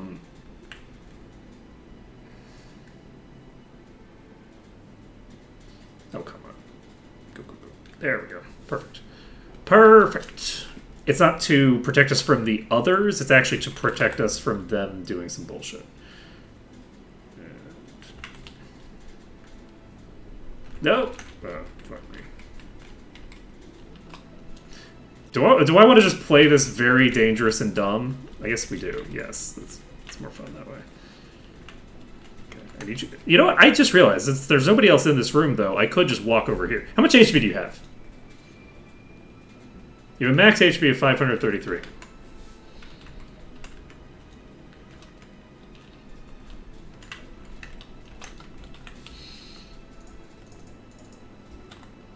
Look.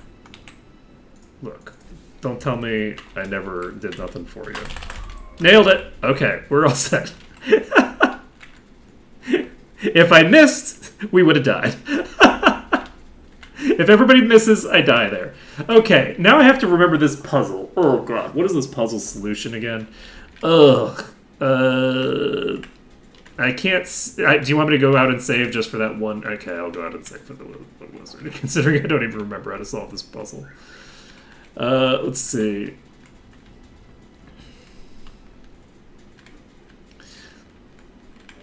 I think it's like, I need to hit the bottom left one.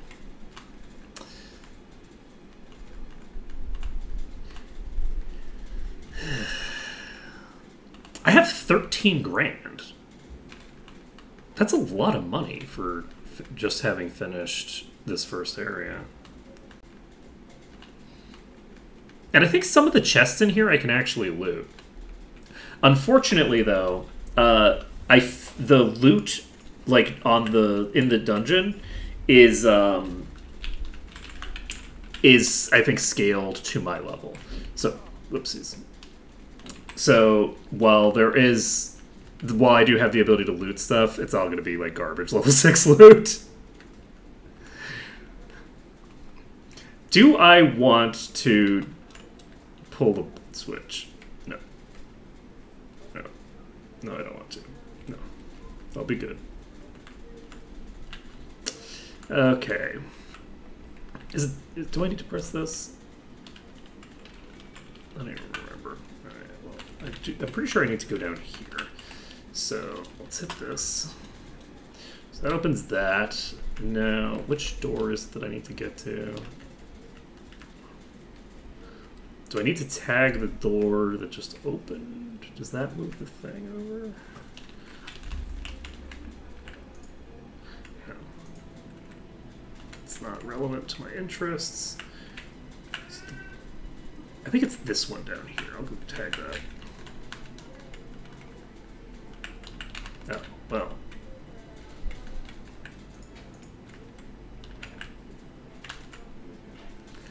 Did that open this one? Nope.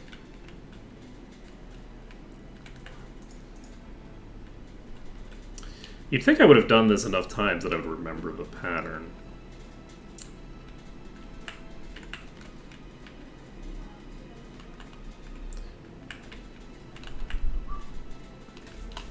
Is it the one on the bottom?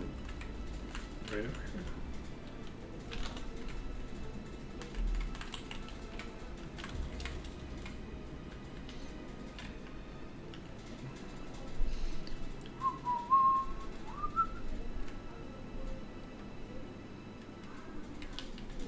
Boom, boom, boom. I think I am going to save after I do this.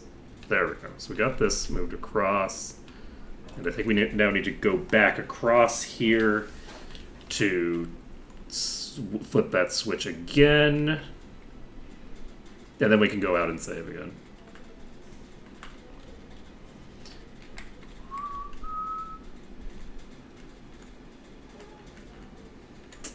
Okay. So yeah, it is a nuisance that we can't save while we're in the yellow, but I understand why it is.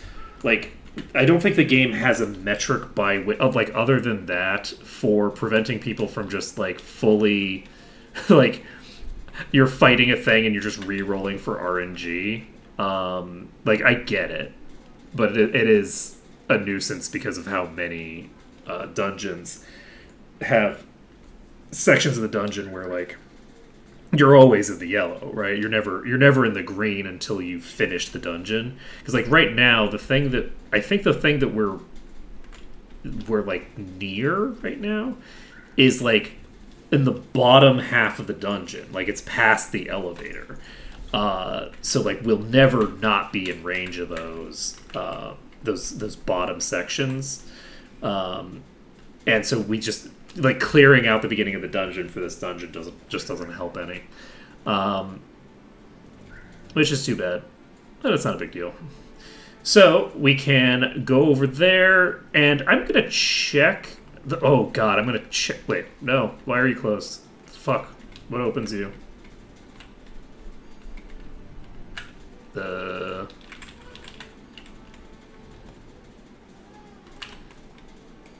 What did I do to cause this? Okay, there we go.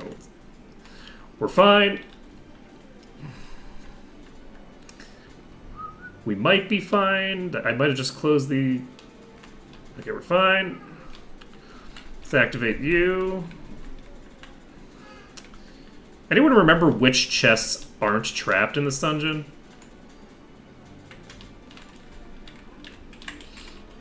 Ooh, we got a cutlass. A completely garbage cutlass of garbageness. Cast Awaken in 6 hours. Indeed. Okay, it's almost 8 o'clock. So I even want to open it. Fuck no. I'm not opening the door. I don't care. Oh no! Opening this door! Oh shit, actually...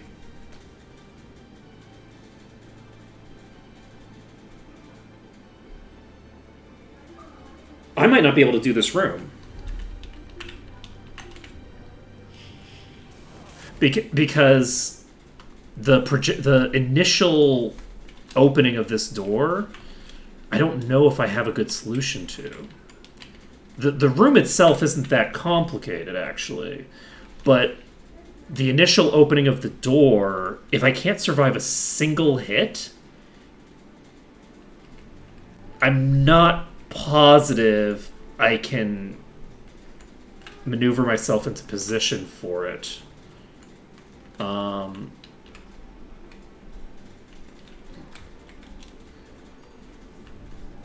So, because I think if I duck behind the corner, I think that I just get tagged because the projectiles are too big. Like, if I do this, I don't see them yet. But I think the second that they come into view, they're going to start attacking me. Yeah. And from there, if I'm standing right here, that doesn't protect me from damage. So, do I actually have a vehicle to get through this door?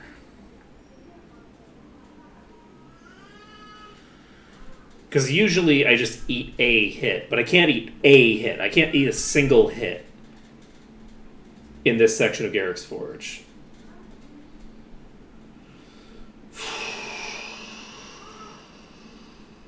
And I can't, and because of the fact that I can't even save it before opening the door and just retry it a bunch of times. Let's see. The only thing I could think of is to open the door in plain view, duck into the corner as quickly as possible.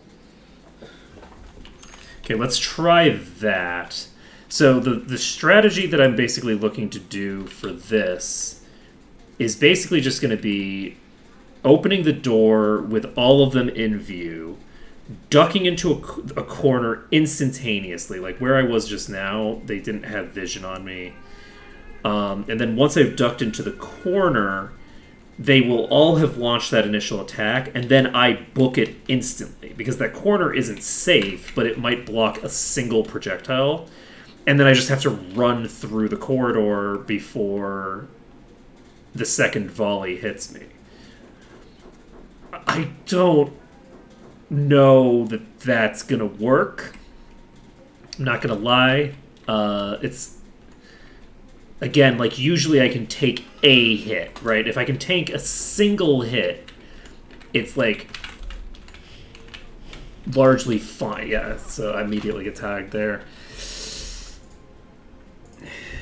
Do I have... Because, like, I'm in plain view of the sides if I'm in the corner there. So the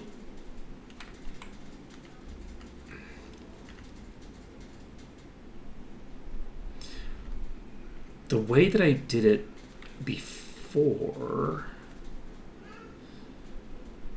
I think my default strategy for it is to get,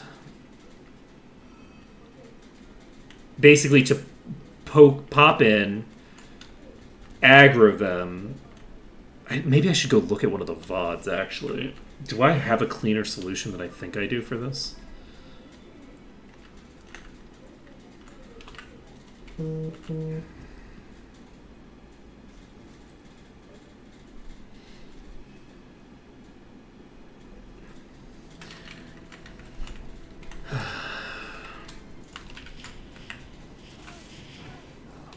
Yeah, so this corner does not even slightly help, because those were hitting me from not even in the corner.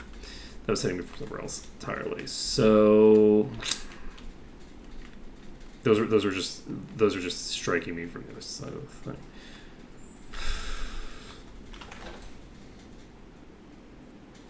There's no way, right? Because if I...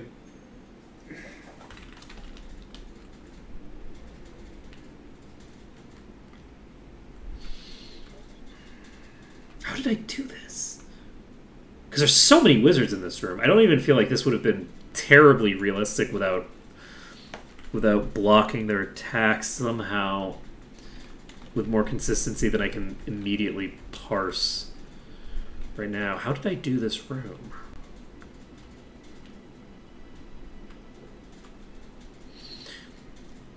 This room must have been more complicated than I'm remembering it as.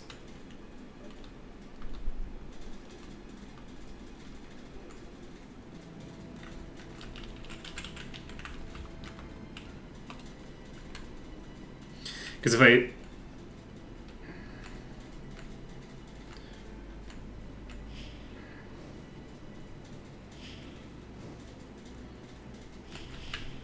So that one, see, that's the issue. That one right there is going to cause problems for me. When they rotate up there, they're just going to tag me. So...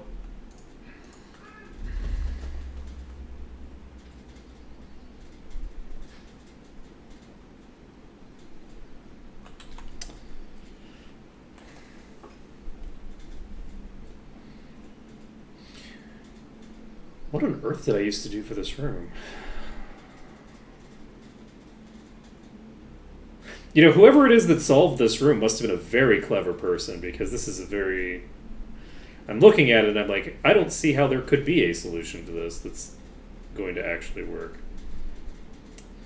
So, the problem is basically, they start out in the center of the room, right? So, they start in the center of the room, and if you're in the left corner, the ones that rotate clockwise will have a full line of sight to you, and they can just tag you when they move out of the center. The ones that are going counterclockwise... Am I making this way more complicated than it has to? I'm making this more complicated than it has to. The ones that are going counterclockwise will hit you if you're in the right corner. So, but I think all I need to do, I just need to block one projectile, right? I'm just getting them in the... It's not like they're not crossing the room. They're going from the center of the room. So, if I can block the initial projectiles by getting into like deep enough into the corner to do the thing, then I can just immediately go back to the center of the hallway immediately after that initial volley comes out, and just run straight, and I'm fine, because they're not going to come through the doorway, I don't think. Let's follow their pattern when I do that. I really wish that I could save right before I open this door. Okay. Done. Okay. That was not that hard. Okay, so now...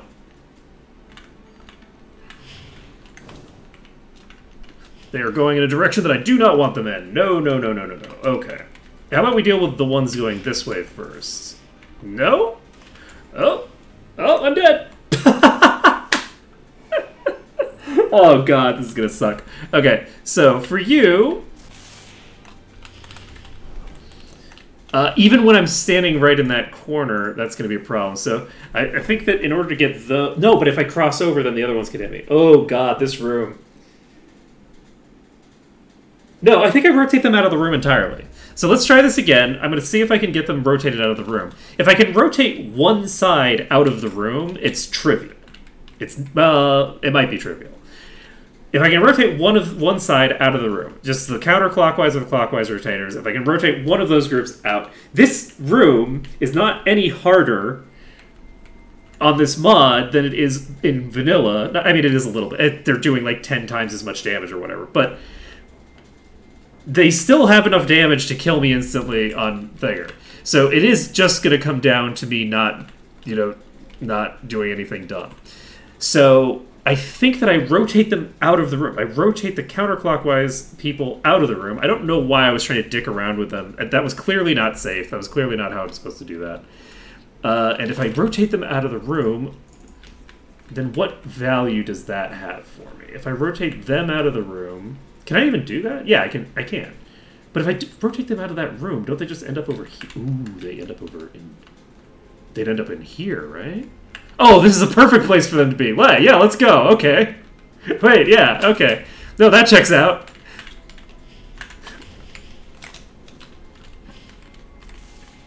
Okay, so what we're going to try to do is we're going to try to rotate these guys out of the room and into this tunnel here.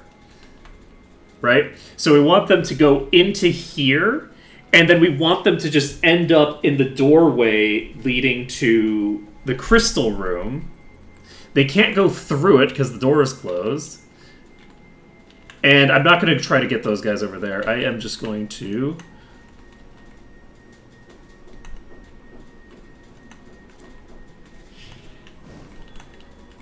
This is actually a bad idea. I'm just going to call it out right now.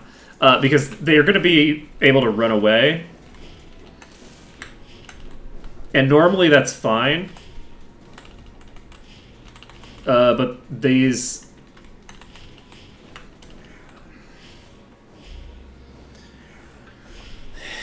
It's not going to be fine here because I lose so much time to it. Normally I could just save before they did the run and then set it up properly, but... And they also didn't have as much HP. Though I have a lot of damage that I wouldn't have normally as well. So there's that. Like, I have a fairly large amount of damage.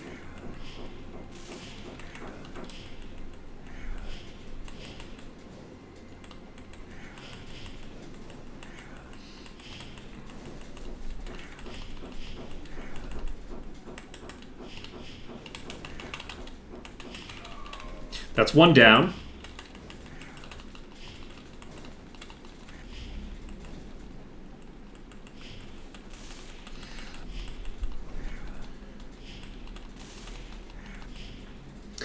Companions generally join the party in one of several templates of them.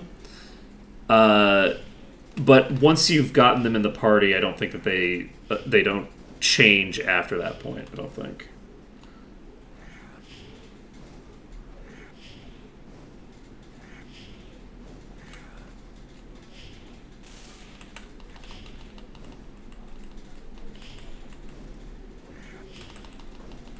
So this is going to be clutch.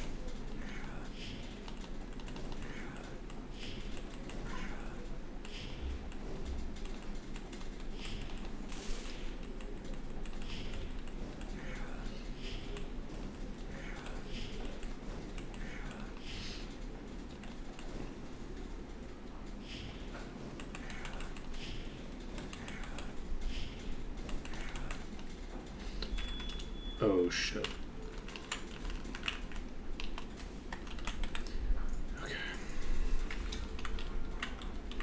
I wasn't sure whether it was aggroed still or not. It is still aggroed, so it's very good that I pulled out when I did. Okay.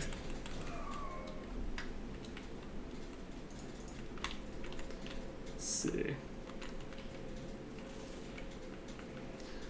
Okay, we are going to go save. I've now killed 2 of them, and it's all golden. We haven't killed all the ones on that rotation yet, but I should be able to maneuver them where I need them to be. If I get them into that tunnel, it's fairly safe. It's not as safe as it is on vanilla. On vanilla, it's just perfectly safe, pretty much. But yeah.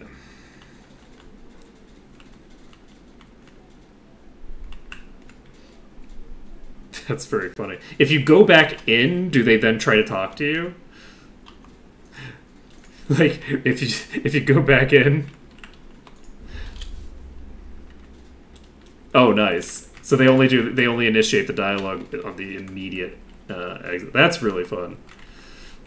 Just creating, like, a holding chamber for all the NPCs.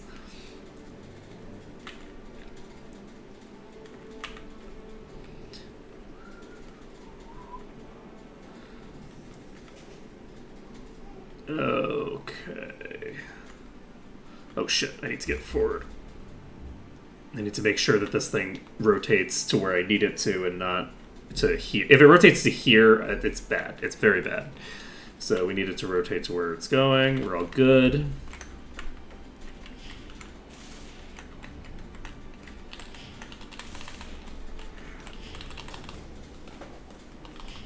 Okay. Whew. So, with this room done,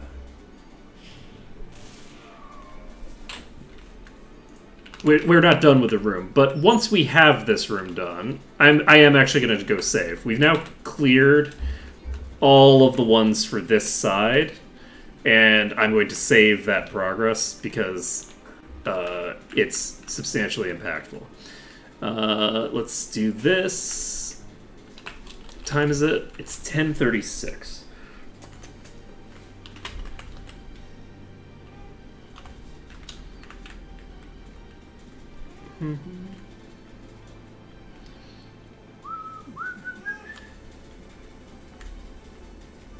Oh, right, I haven't turned in the candelabra either. I think I'm going to go turn in the candelabra. And train myself up. I'm eligible for level 9 now. So, yeah, I think that's a lot of skill points that I just am leaving on the table. Just look at Nilira. Look at that. No damage taken. 2 OP. And let's see. We can get to level 9. That's fairly high level. We can get. Do we have any skills that we want to pump right now? We want to get perception up. I might want to just pump some mastery on some of these characters. Oh, I also want to check the thing. I'm going to save this under nightmare. Ooh, protection from fire. Let's go. Hey, awaken. That's the spell someone told me to cast in 6 hours. Let's see. Do I have protection from electricity already?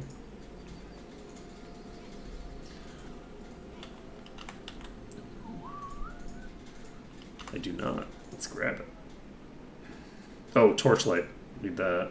People are constantly telling me to cast that. Stun, protection call, poison spray, blah, blah, blah.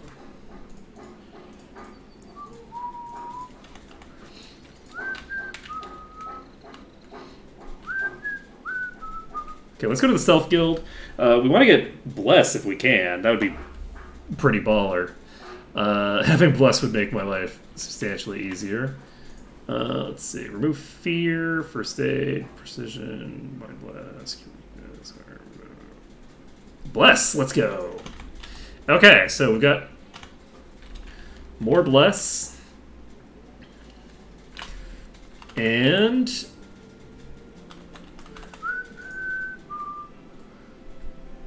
this will also allow us to get our Identify up a bit.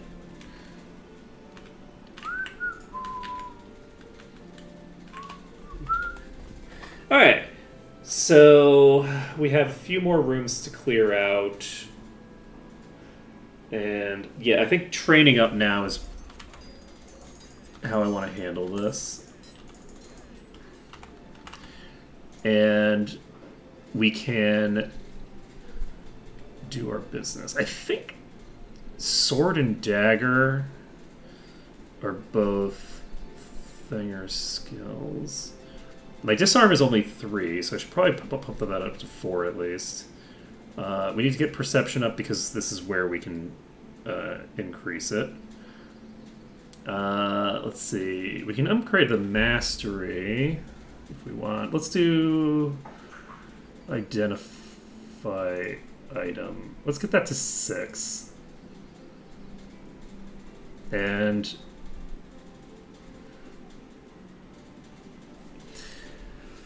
okay, Arc, what are you going to do? I think Arc should probably put points into Mastery.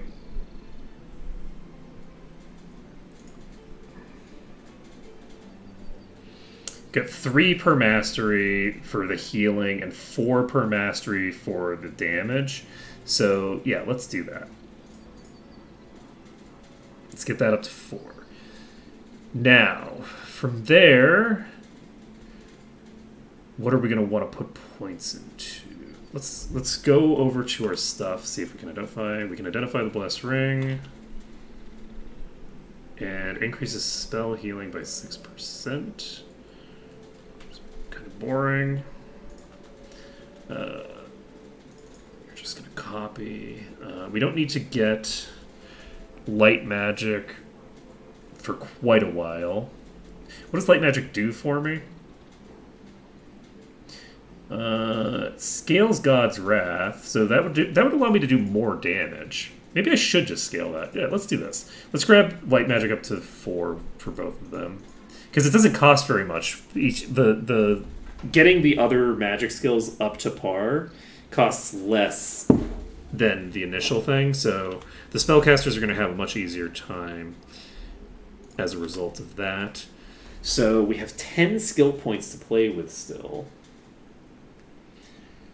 The problem is sword and mace are different skills. So but what I could do is I could actually pump shield if I wanted. I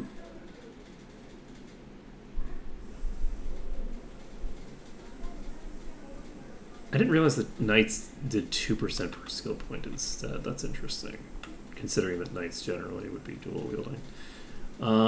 I could pump chain a bit if I want. I'm honestly kind of tempted to just pump some of my magic skills.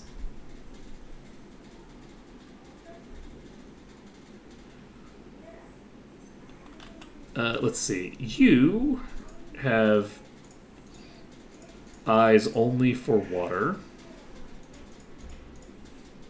So we have water up to 9. We have... And what do we want to do for you? Do I want to just stockpile until I get to the next area, or do I want to start putting some points into the other skills? Because I can put a point into spirit and mind, or spirit and body, if I wanted.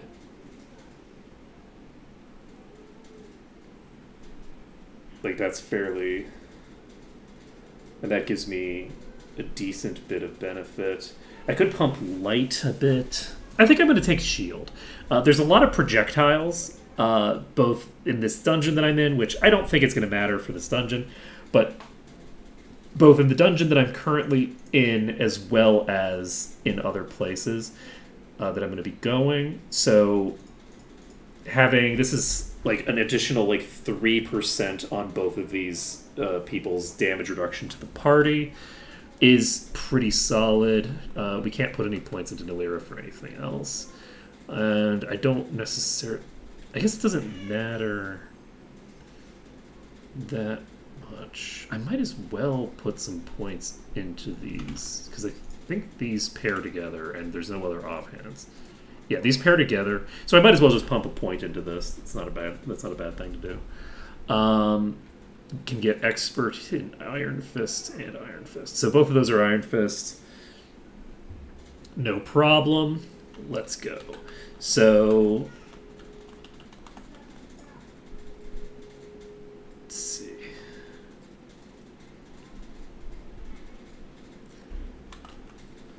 Fortunately, I don't have mace skill yet for these two.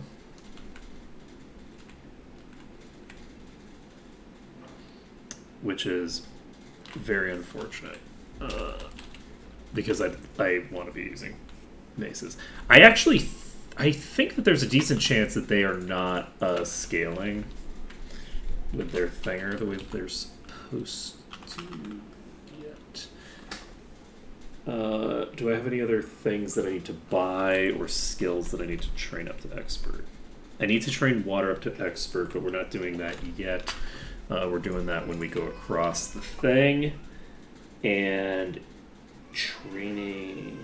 I guess I should sell. I should sell some of the garbage that I have. So let's do some inventory management. We'll get that done. Once that's out of the way, we can move on to some other stuff. Okay, we can go ahead and give you this hat. And that war... Oh my god, that war axe is freaking crazy. 45 plus 7? Hot damn. Oh, right, I didn't turn in the candelabra. Let's turn in the candelabra. I'm tempted to turn in the candelabra when I'm leaving, to be honest, but do I want to buy any of this bullshit? Wait, did this reset? Oh, this reset! Oh, this is good that I'm checking. Deadly Swarm, Flamer, blah, blah, blah. I don't think any of that stuff I need. Yeah, so we're going to move on to the Self-Magic Guild. We're going to check the Self-Magic Guild for anything useful.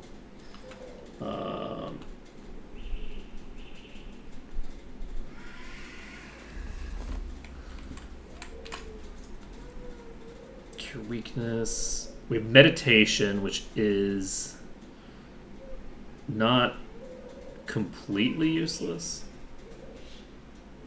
Let's see.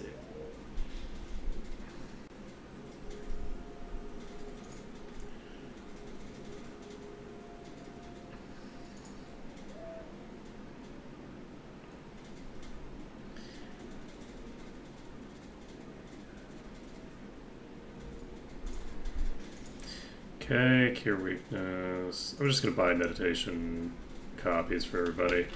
It's fine, this is all very cheap.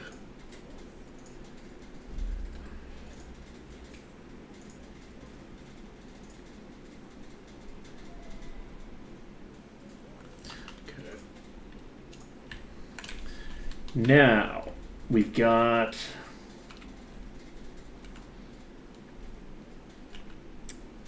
the rest of this dungeon to do. Once we've got this dungeon done, we'll be in fairly good shape.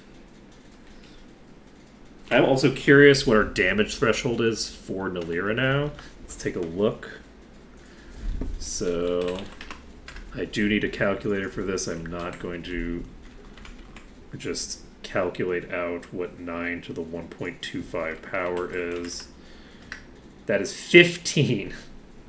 So any hit that does less than 15 damage does not actually damage. Actually, any hit that does less than 16 does not deal any damage to Nalira now. We're just getting that much more tanky on Nalira. And that is going to be very useful for some of the sections that are coming up. Nope,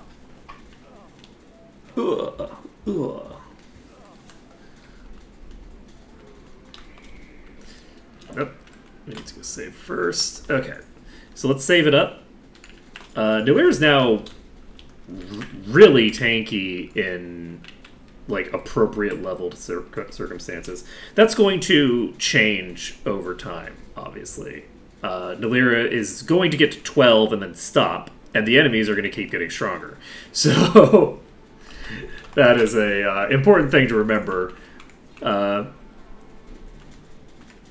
when thinking about how the shamans are going to behave. But it is an exponential scaling, right? You know, 1.25 is still an exponent, right? Okay, that's a problem.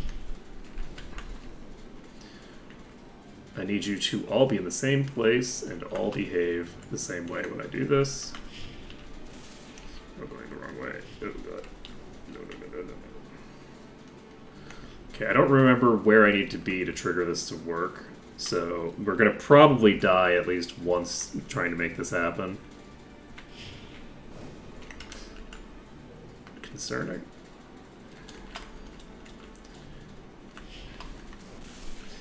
Okay. Okay, we've got it.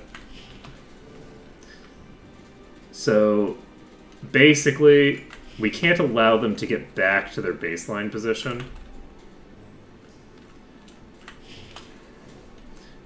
Or they start doing shady shit that I don't want them doing. So what I'm looking for... Oh, didn't quite get that. Ooh, that one wandered off in a weird direction.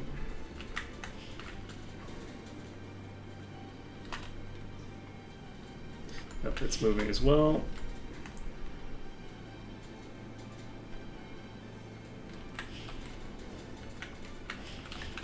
Fuck, I got too close to the wall. We did that perfectly, except I was too close to the wall. Oh, God.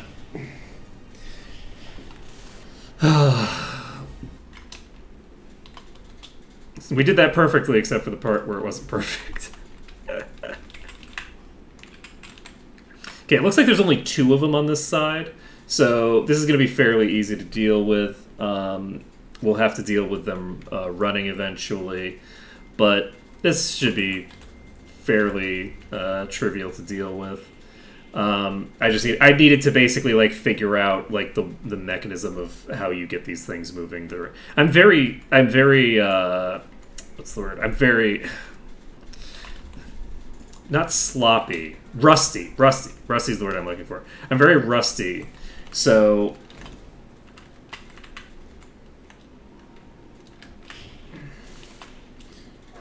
Ugh, why are you behaving like little douches? I don't want you to behave like little douches.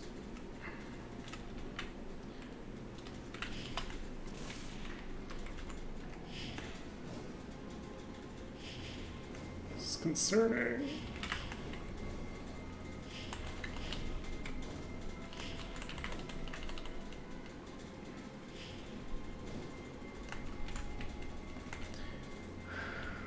Okay, so we need to move you around again. Oh, that one was in such a perfect location, too. So sad.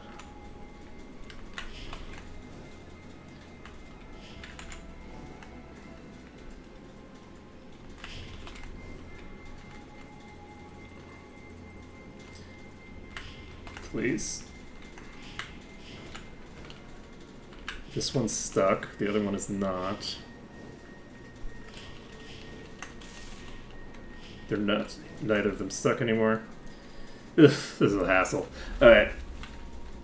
I need you to get unstuck, please. There we go. Okay, this one is stuck? Yes. Okay, we got this one, but we don't have the other one. Ugh. Could you do, like, sync up for me, please? That'd be very convenient. God damn it, I got too far away.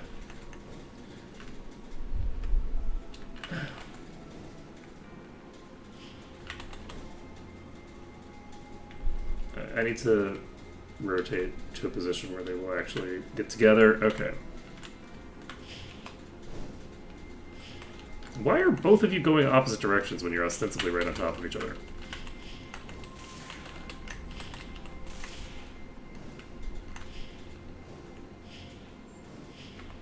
Okay, they both got released. Ugh. Nuisance. Okay.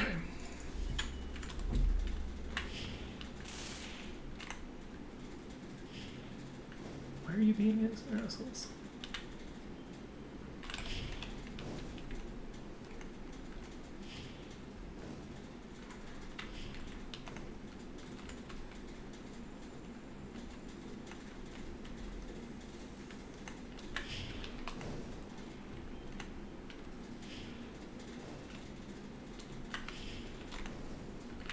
Please? Maybe? No, they're too far away. Apparently this one isn't too far away. I am cutting it really close with this fucking door here. Fuck! I got tagged.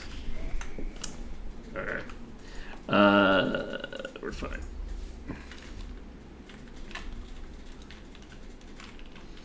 We are fine. Alright, this is rough. This is actually not a difficult pull, but I'm not doing it correctly, and I'm not like internalizing in my head where they're gonna go when I put them in various positions, and it's a little bit frustrating to know that it's like this is actually a pretty simple pull, and I could have done this on basically the first attempt, and I actually did get it correct on the first attempt, almost like fully accidentally.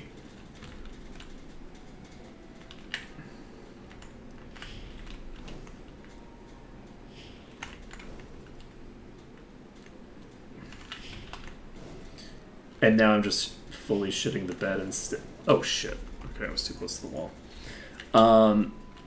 Let's see. I think that coming around the corner, they're in a slightly better position. I wish that I knew what I was doing wrong. God, if I still had the same game sense, that this is the thing that I could have been doing this whole time. Don't at me. Let's see. Doubles the speed of everything, not just me, so.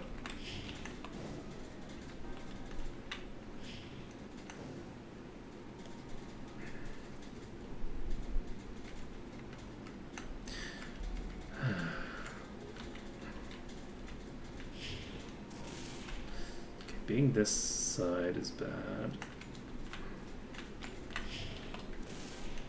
Okay, one of them came toward me, the other one didn't. This is becoming an incredibly irritating theme.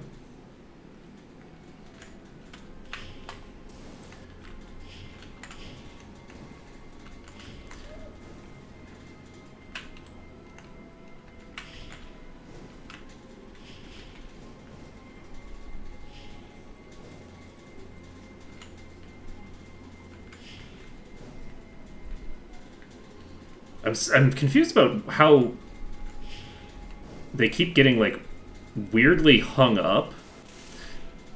There's usually not this much variance in the way that they move.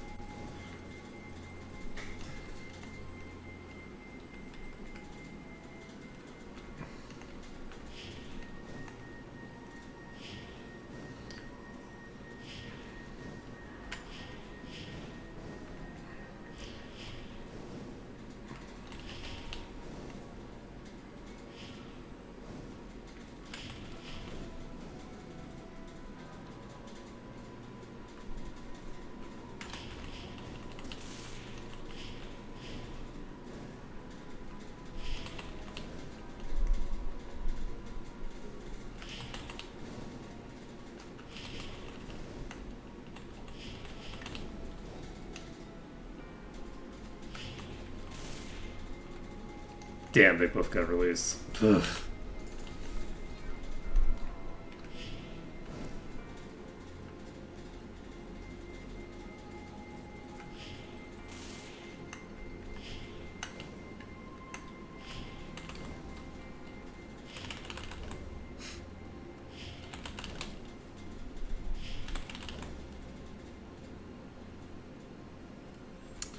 Okay. We have one running. It's the weak one. And I'm going to cast Protection from Electricity just in case. But right now, the goal is just to get one of them into the appropriate position. And that is a substantially easier feat, in theory, than getting both of them into position at the same time.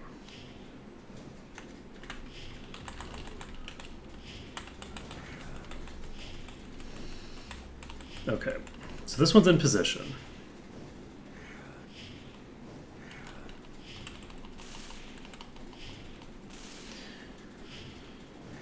Okay.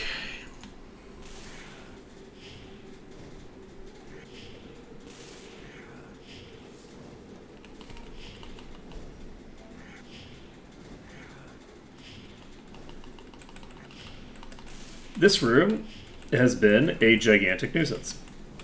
But what was that? What was that? None of these shots have hit me. None of these shots have hit me. What was that? God damn it. What? Why? Game. How dare you? Has it been Nisali every time? I think it has. I think Nisali's the one who's gotten tagged by the just stray shots every single time. Where it's like, okay, we've attacked 16,000 times and not hit anybody. But now we're just going to decide that it's time to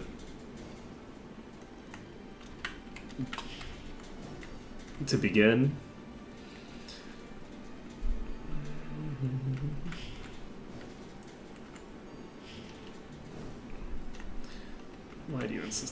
X.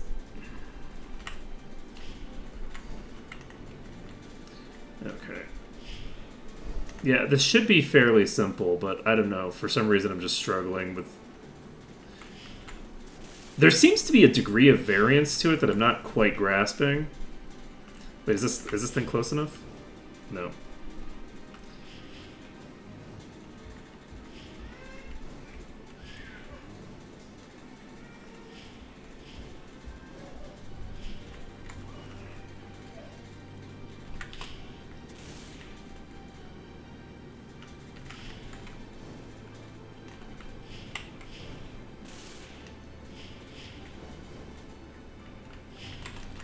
That was funny. Got tagged by both of them. Oops. Let's see.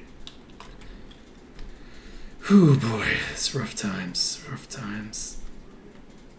Rough times. Why is it rough times? Let's see.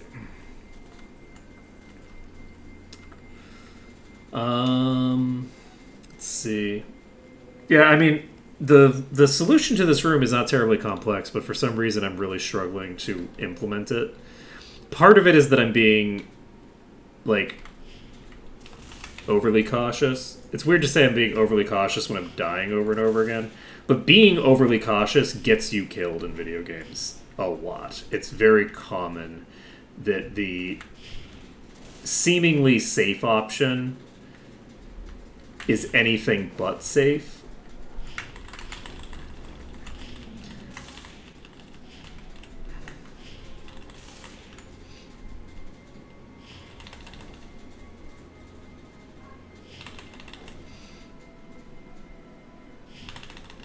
I'm just gonna wait for the thinger to appear, rather than like.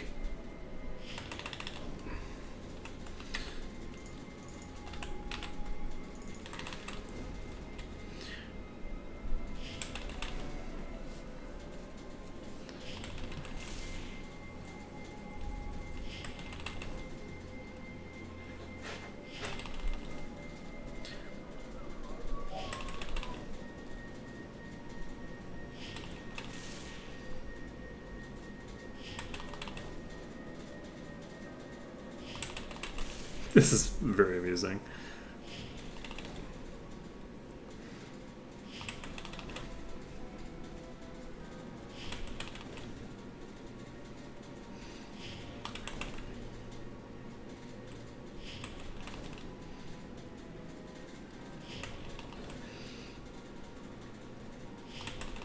It's very zen.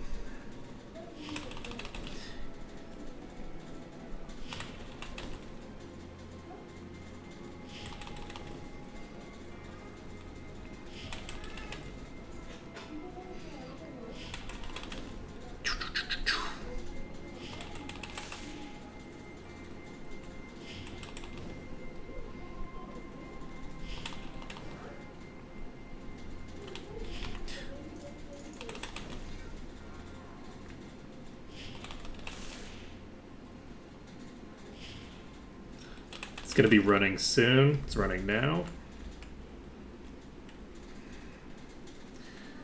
Okay. So, unfortunately, the other one, despite being substantially lower level, is still going to have one-shot potential. Oh shit, I didn't realize it was still in range. Attacked.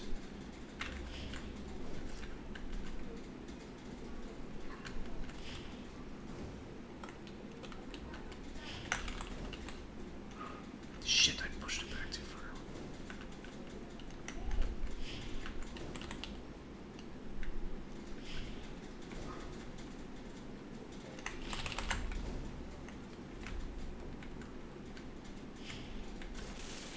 It should come right to me now. Okay.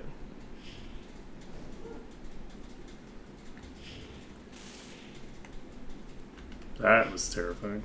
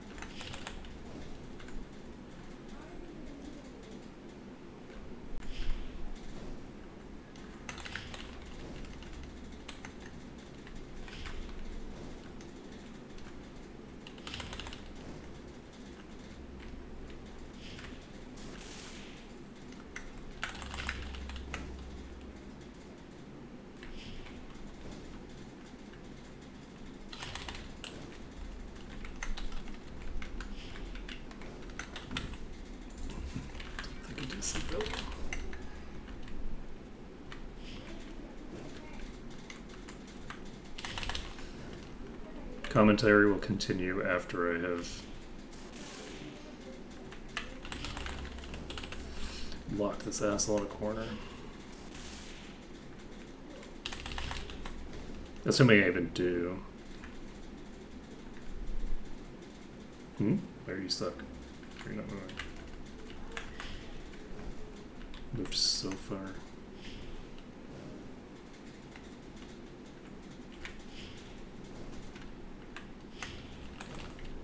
That was terrifying. Okay, I think we're back in the appropriate location. Hopefully.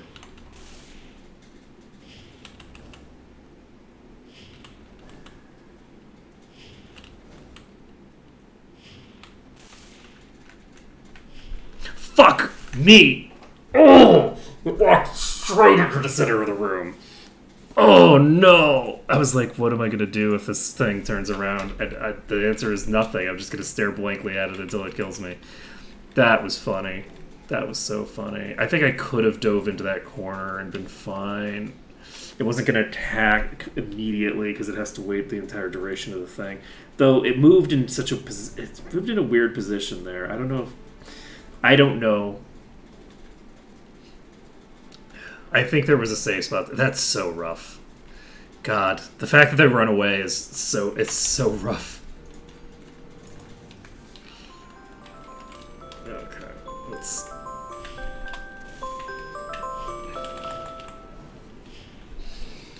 Oh, my alarm killed me. Let's try that again. Yeah, I'm gonna blame the alarm. I am. That's just who I am. I'm the kind of person who blames their alarm when they die. That's what's gonna happen. Was distracted. It's not like I would have stood in that dumb position anyway. It's not like that. Alright.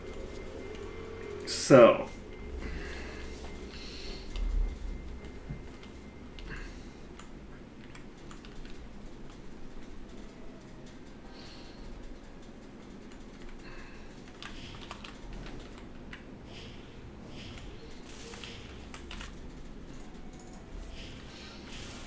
He had a suspicion that would work.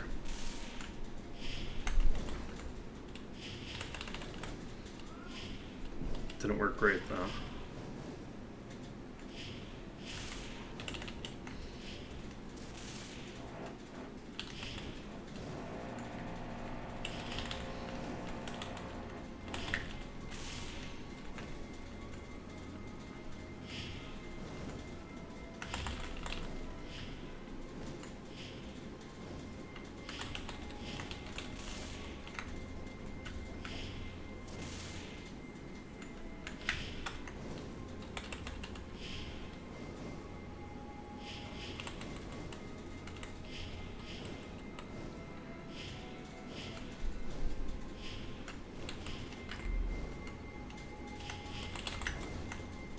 Oh, that's funny. That actually prevented me from dying. That's... Oops, why did I just cast that on you?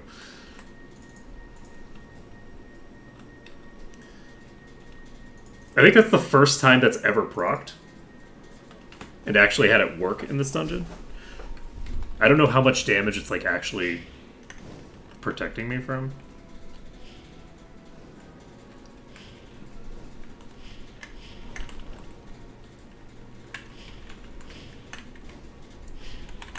Fuck.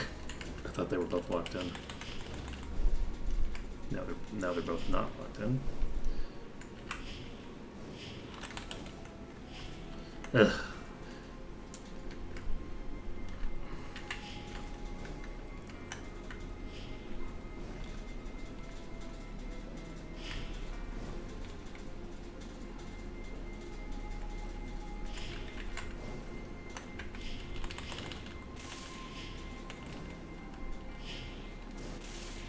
Okay, that doesn't have access to me there.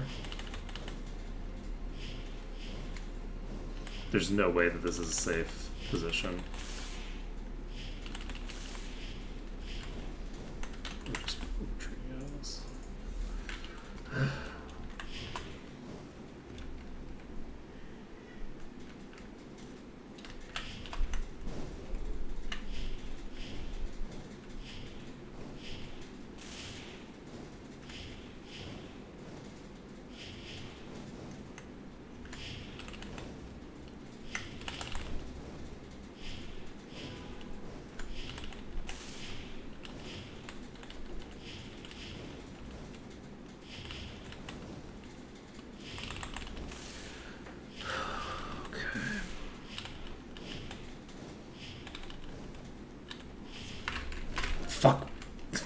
I hit the wrong button. Like I had taken my hand off of the keyboard for a second, and I hit it back down on like a little bit to the right of where I needed to be.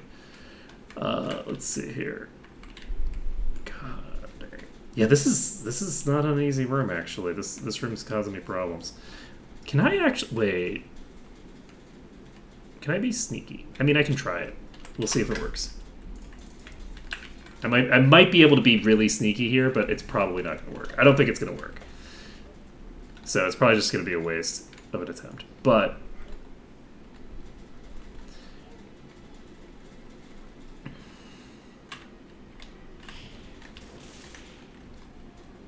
oh shit. Okay, that was a problem.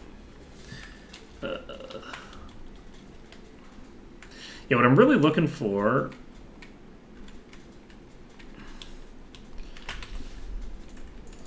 is what would be really nice to have is just a way to get it into the room that I'm in. Because if they're in there, it's actually very, very easy to deal with them. So what I'd like to do is just rotate them around. But I don't know how easy that's going to be to accomplish.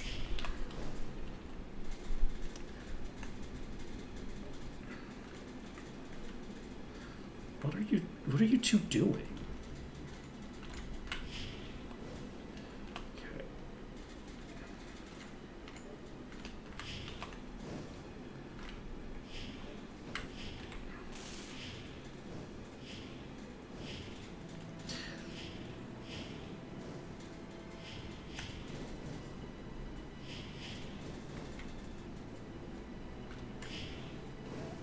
Fuck. Got too close to the wall.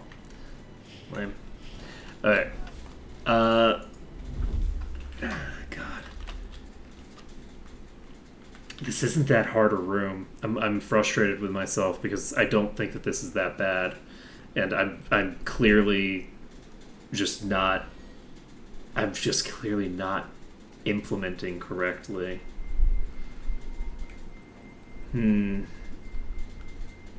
Yeah, we're definitely not doing the crystal room. If I'm struggling this hard with this, no. The crystal room is definitely a no-go.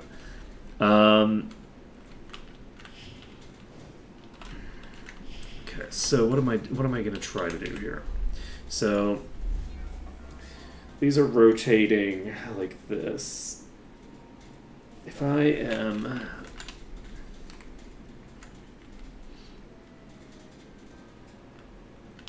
I'm over here, we're going there. If I'm down here, I'm over here. Let's go into this room. This room has some interesting properties to it. Because, yeah, it's definitely time that I need to... It's 1 o'clock. This room has taken way longer than I expected it would. And I'm not far enough south for them to really change too much.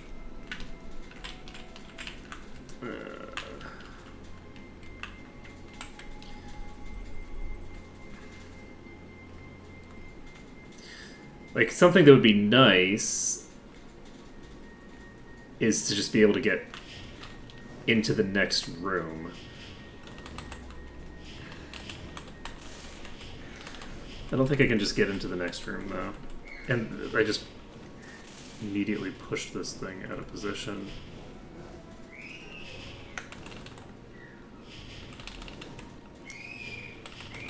Yeah, it's when they run that things get really bad.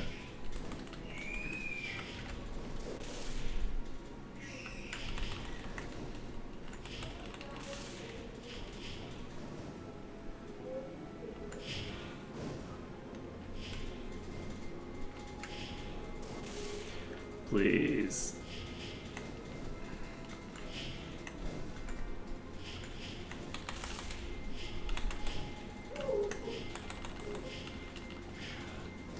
Okay.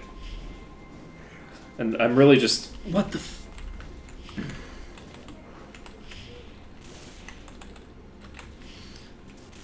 Could y'all stop breaking out?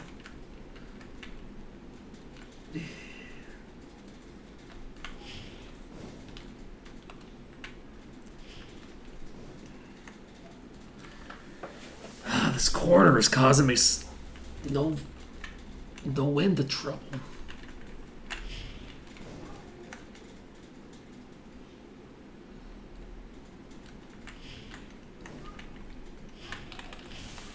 I'm way too close.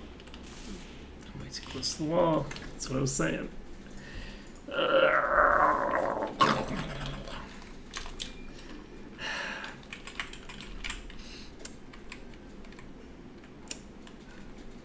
I don't know. So this is the thing that's very funny, right? I'm doing a fairly difficult hard mod. And I think that it's very funny that the thing that's killing me actually has basically nothing to do with the hard mod that I'm doing. This room is a room that I have done 100 times, and this is not meaningfully interacting with the difficulty setting, really. Because, again, they do pretty much just one-shot you. It's just going to show that I am very out of practice and completely screwing this up.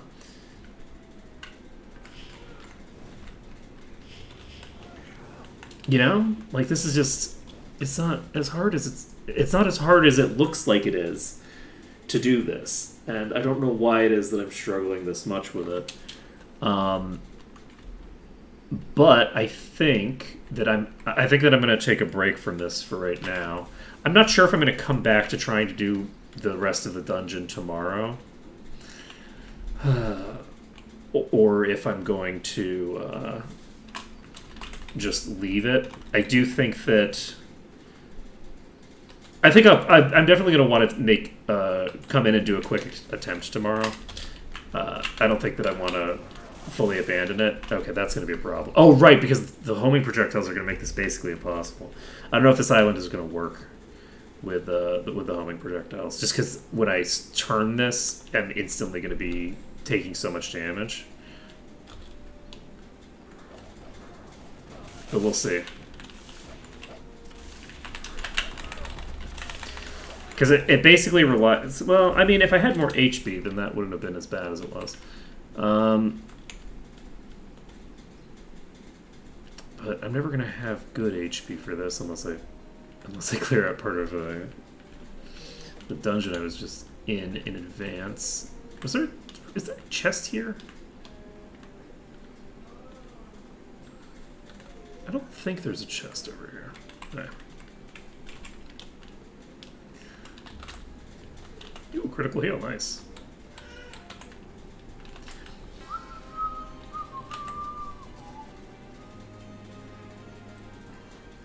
Let's see. So, let's try this one more time.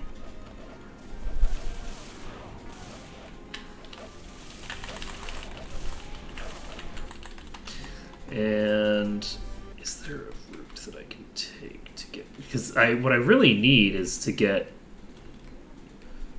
all the way down there, but there's so many projectiles coming in. I don't see how I'm going to get all the way over there.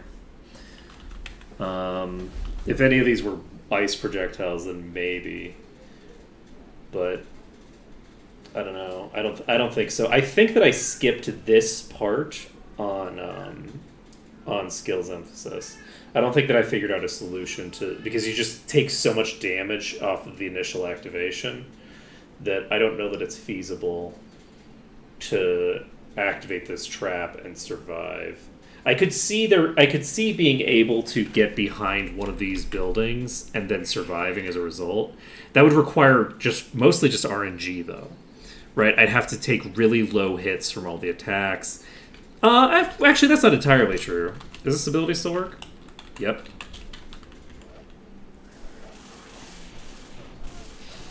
Okay, well, that did not last long. Let's see.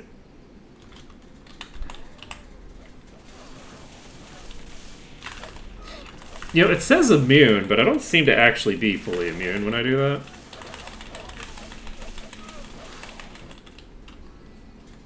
What is happening with that?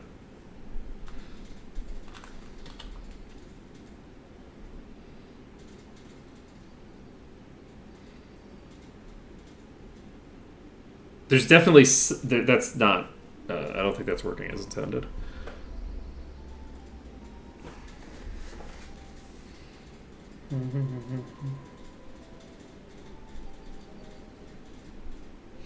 My wife's actually on her way home, so I will think about this and come back to it tomorrow, or maybe Monday, or sometime soon. I will try to come back to this. I don't know what's going on with me that's preventing me from getting 2 enemies. Those 2 enemies, the amount of trouble that they've given me is honestly mind-boggling. I don't think I've ever had this much trouble with this room. I don't think it's tied to the mod. I think that it's tied to just me just fully psyching myself out or something. Something's going wrong, but I don't think it has anything to do with the mod, which is why it's so annoying. Is because it's not even like the mod's difficulty that's really messing me up with that. It's kind of like it's like embarrassing because it's like, okay, well, we've got all this cool stuff that we're doing, and then like we get to the part where it's like, oh yeah, you've done this a million times before, Ark, you know how to do this, and completely shitting the bed. So we will be coming back to this next time. I'm very much enjoying this mod. I might just give the rest of Garrick's Forge a pass for now, just because it's kind of a hassle, and I'm clearly so... I'll probably give it like another 30 minutes of attempts at the start of the next stream, and then we'll finish up the rest of this zone and call it a day. I'm not positive whether it's going to work out for us trying to do the external thing either, because I'm able to get... I was able to get behind that thing. If the Divine Shield thing worked with a bit more consistency, then I could basically absorb half the attacks coming in with those 2, which potentially gives me the ability to get behind the thing in the far distance. If I can get behind the thing in the far distance, I think I'm golden. But it's just a matter of getting there. Getting there is the tough part. And I did see the immune thing show up a couple of times after I had already been taking damage. So again, I'm not sure what was causing that, but we'll just have to see. So that's going to be it for now. Thank you for watching. It's been a pleasure to stream this for you today. I'm actually very happy that I managed to break my way into Garrick's Forge as far as I have. I'm disappointed in myself predominantly because the other rooms that I've done, some of them are harder solves than the thing that I'm dealing with here, and I feel like I'm just like completely screwing up in some silly way, and it's just like annoying. So hopefully we haven't wasted too much of y'all's time on that, but I'll see you again next time, and maybe we'll be able to just clear out Garrick's. We have like 3 more enemies to kill to like do the original Garrick rules. Okay, the chest room and this crystal room were both things that I added later. If I can't do it because I keep dying to these 2 stupid... It's sad.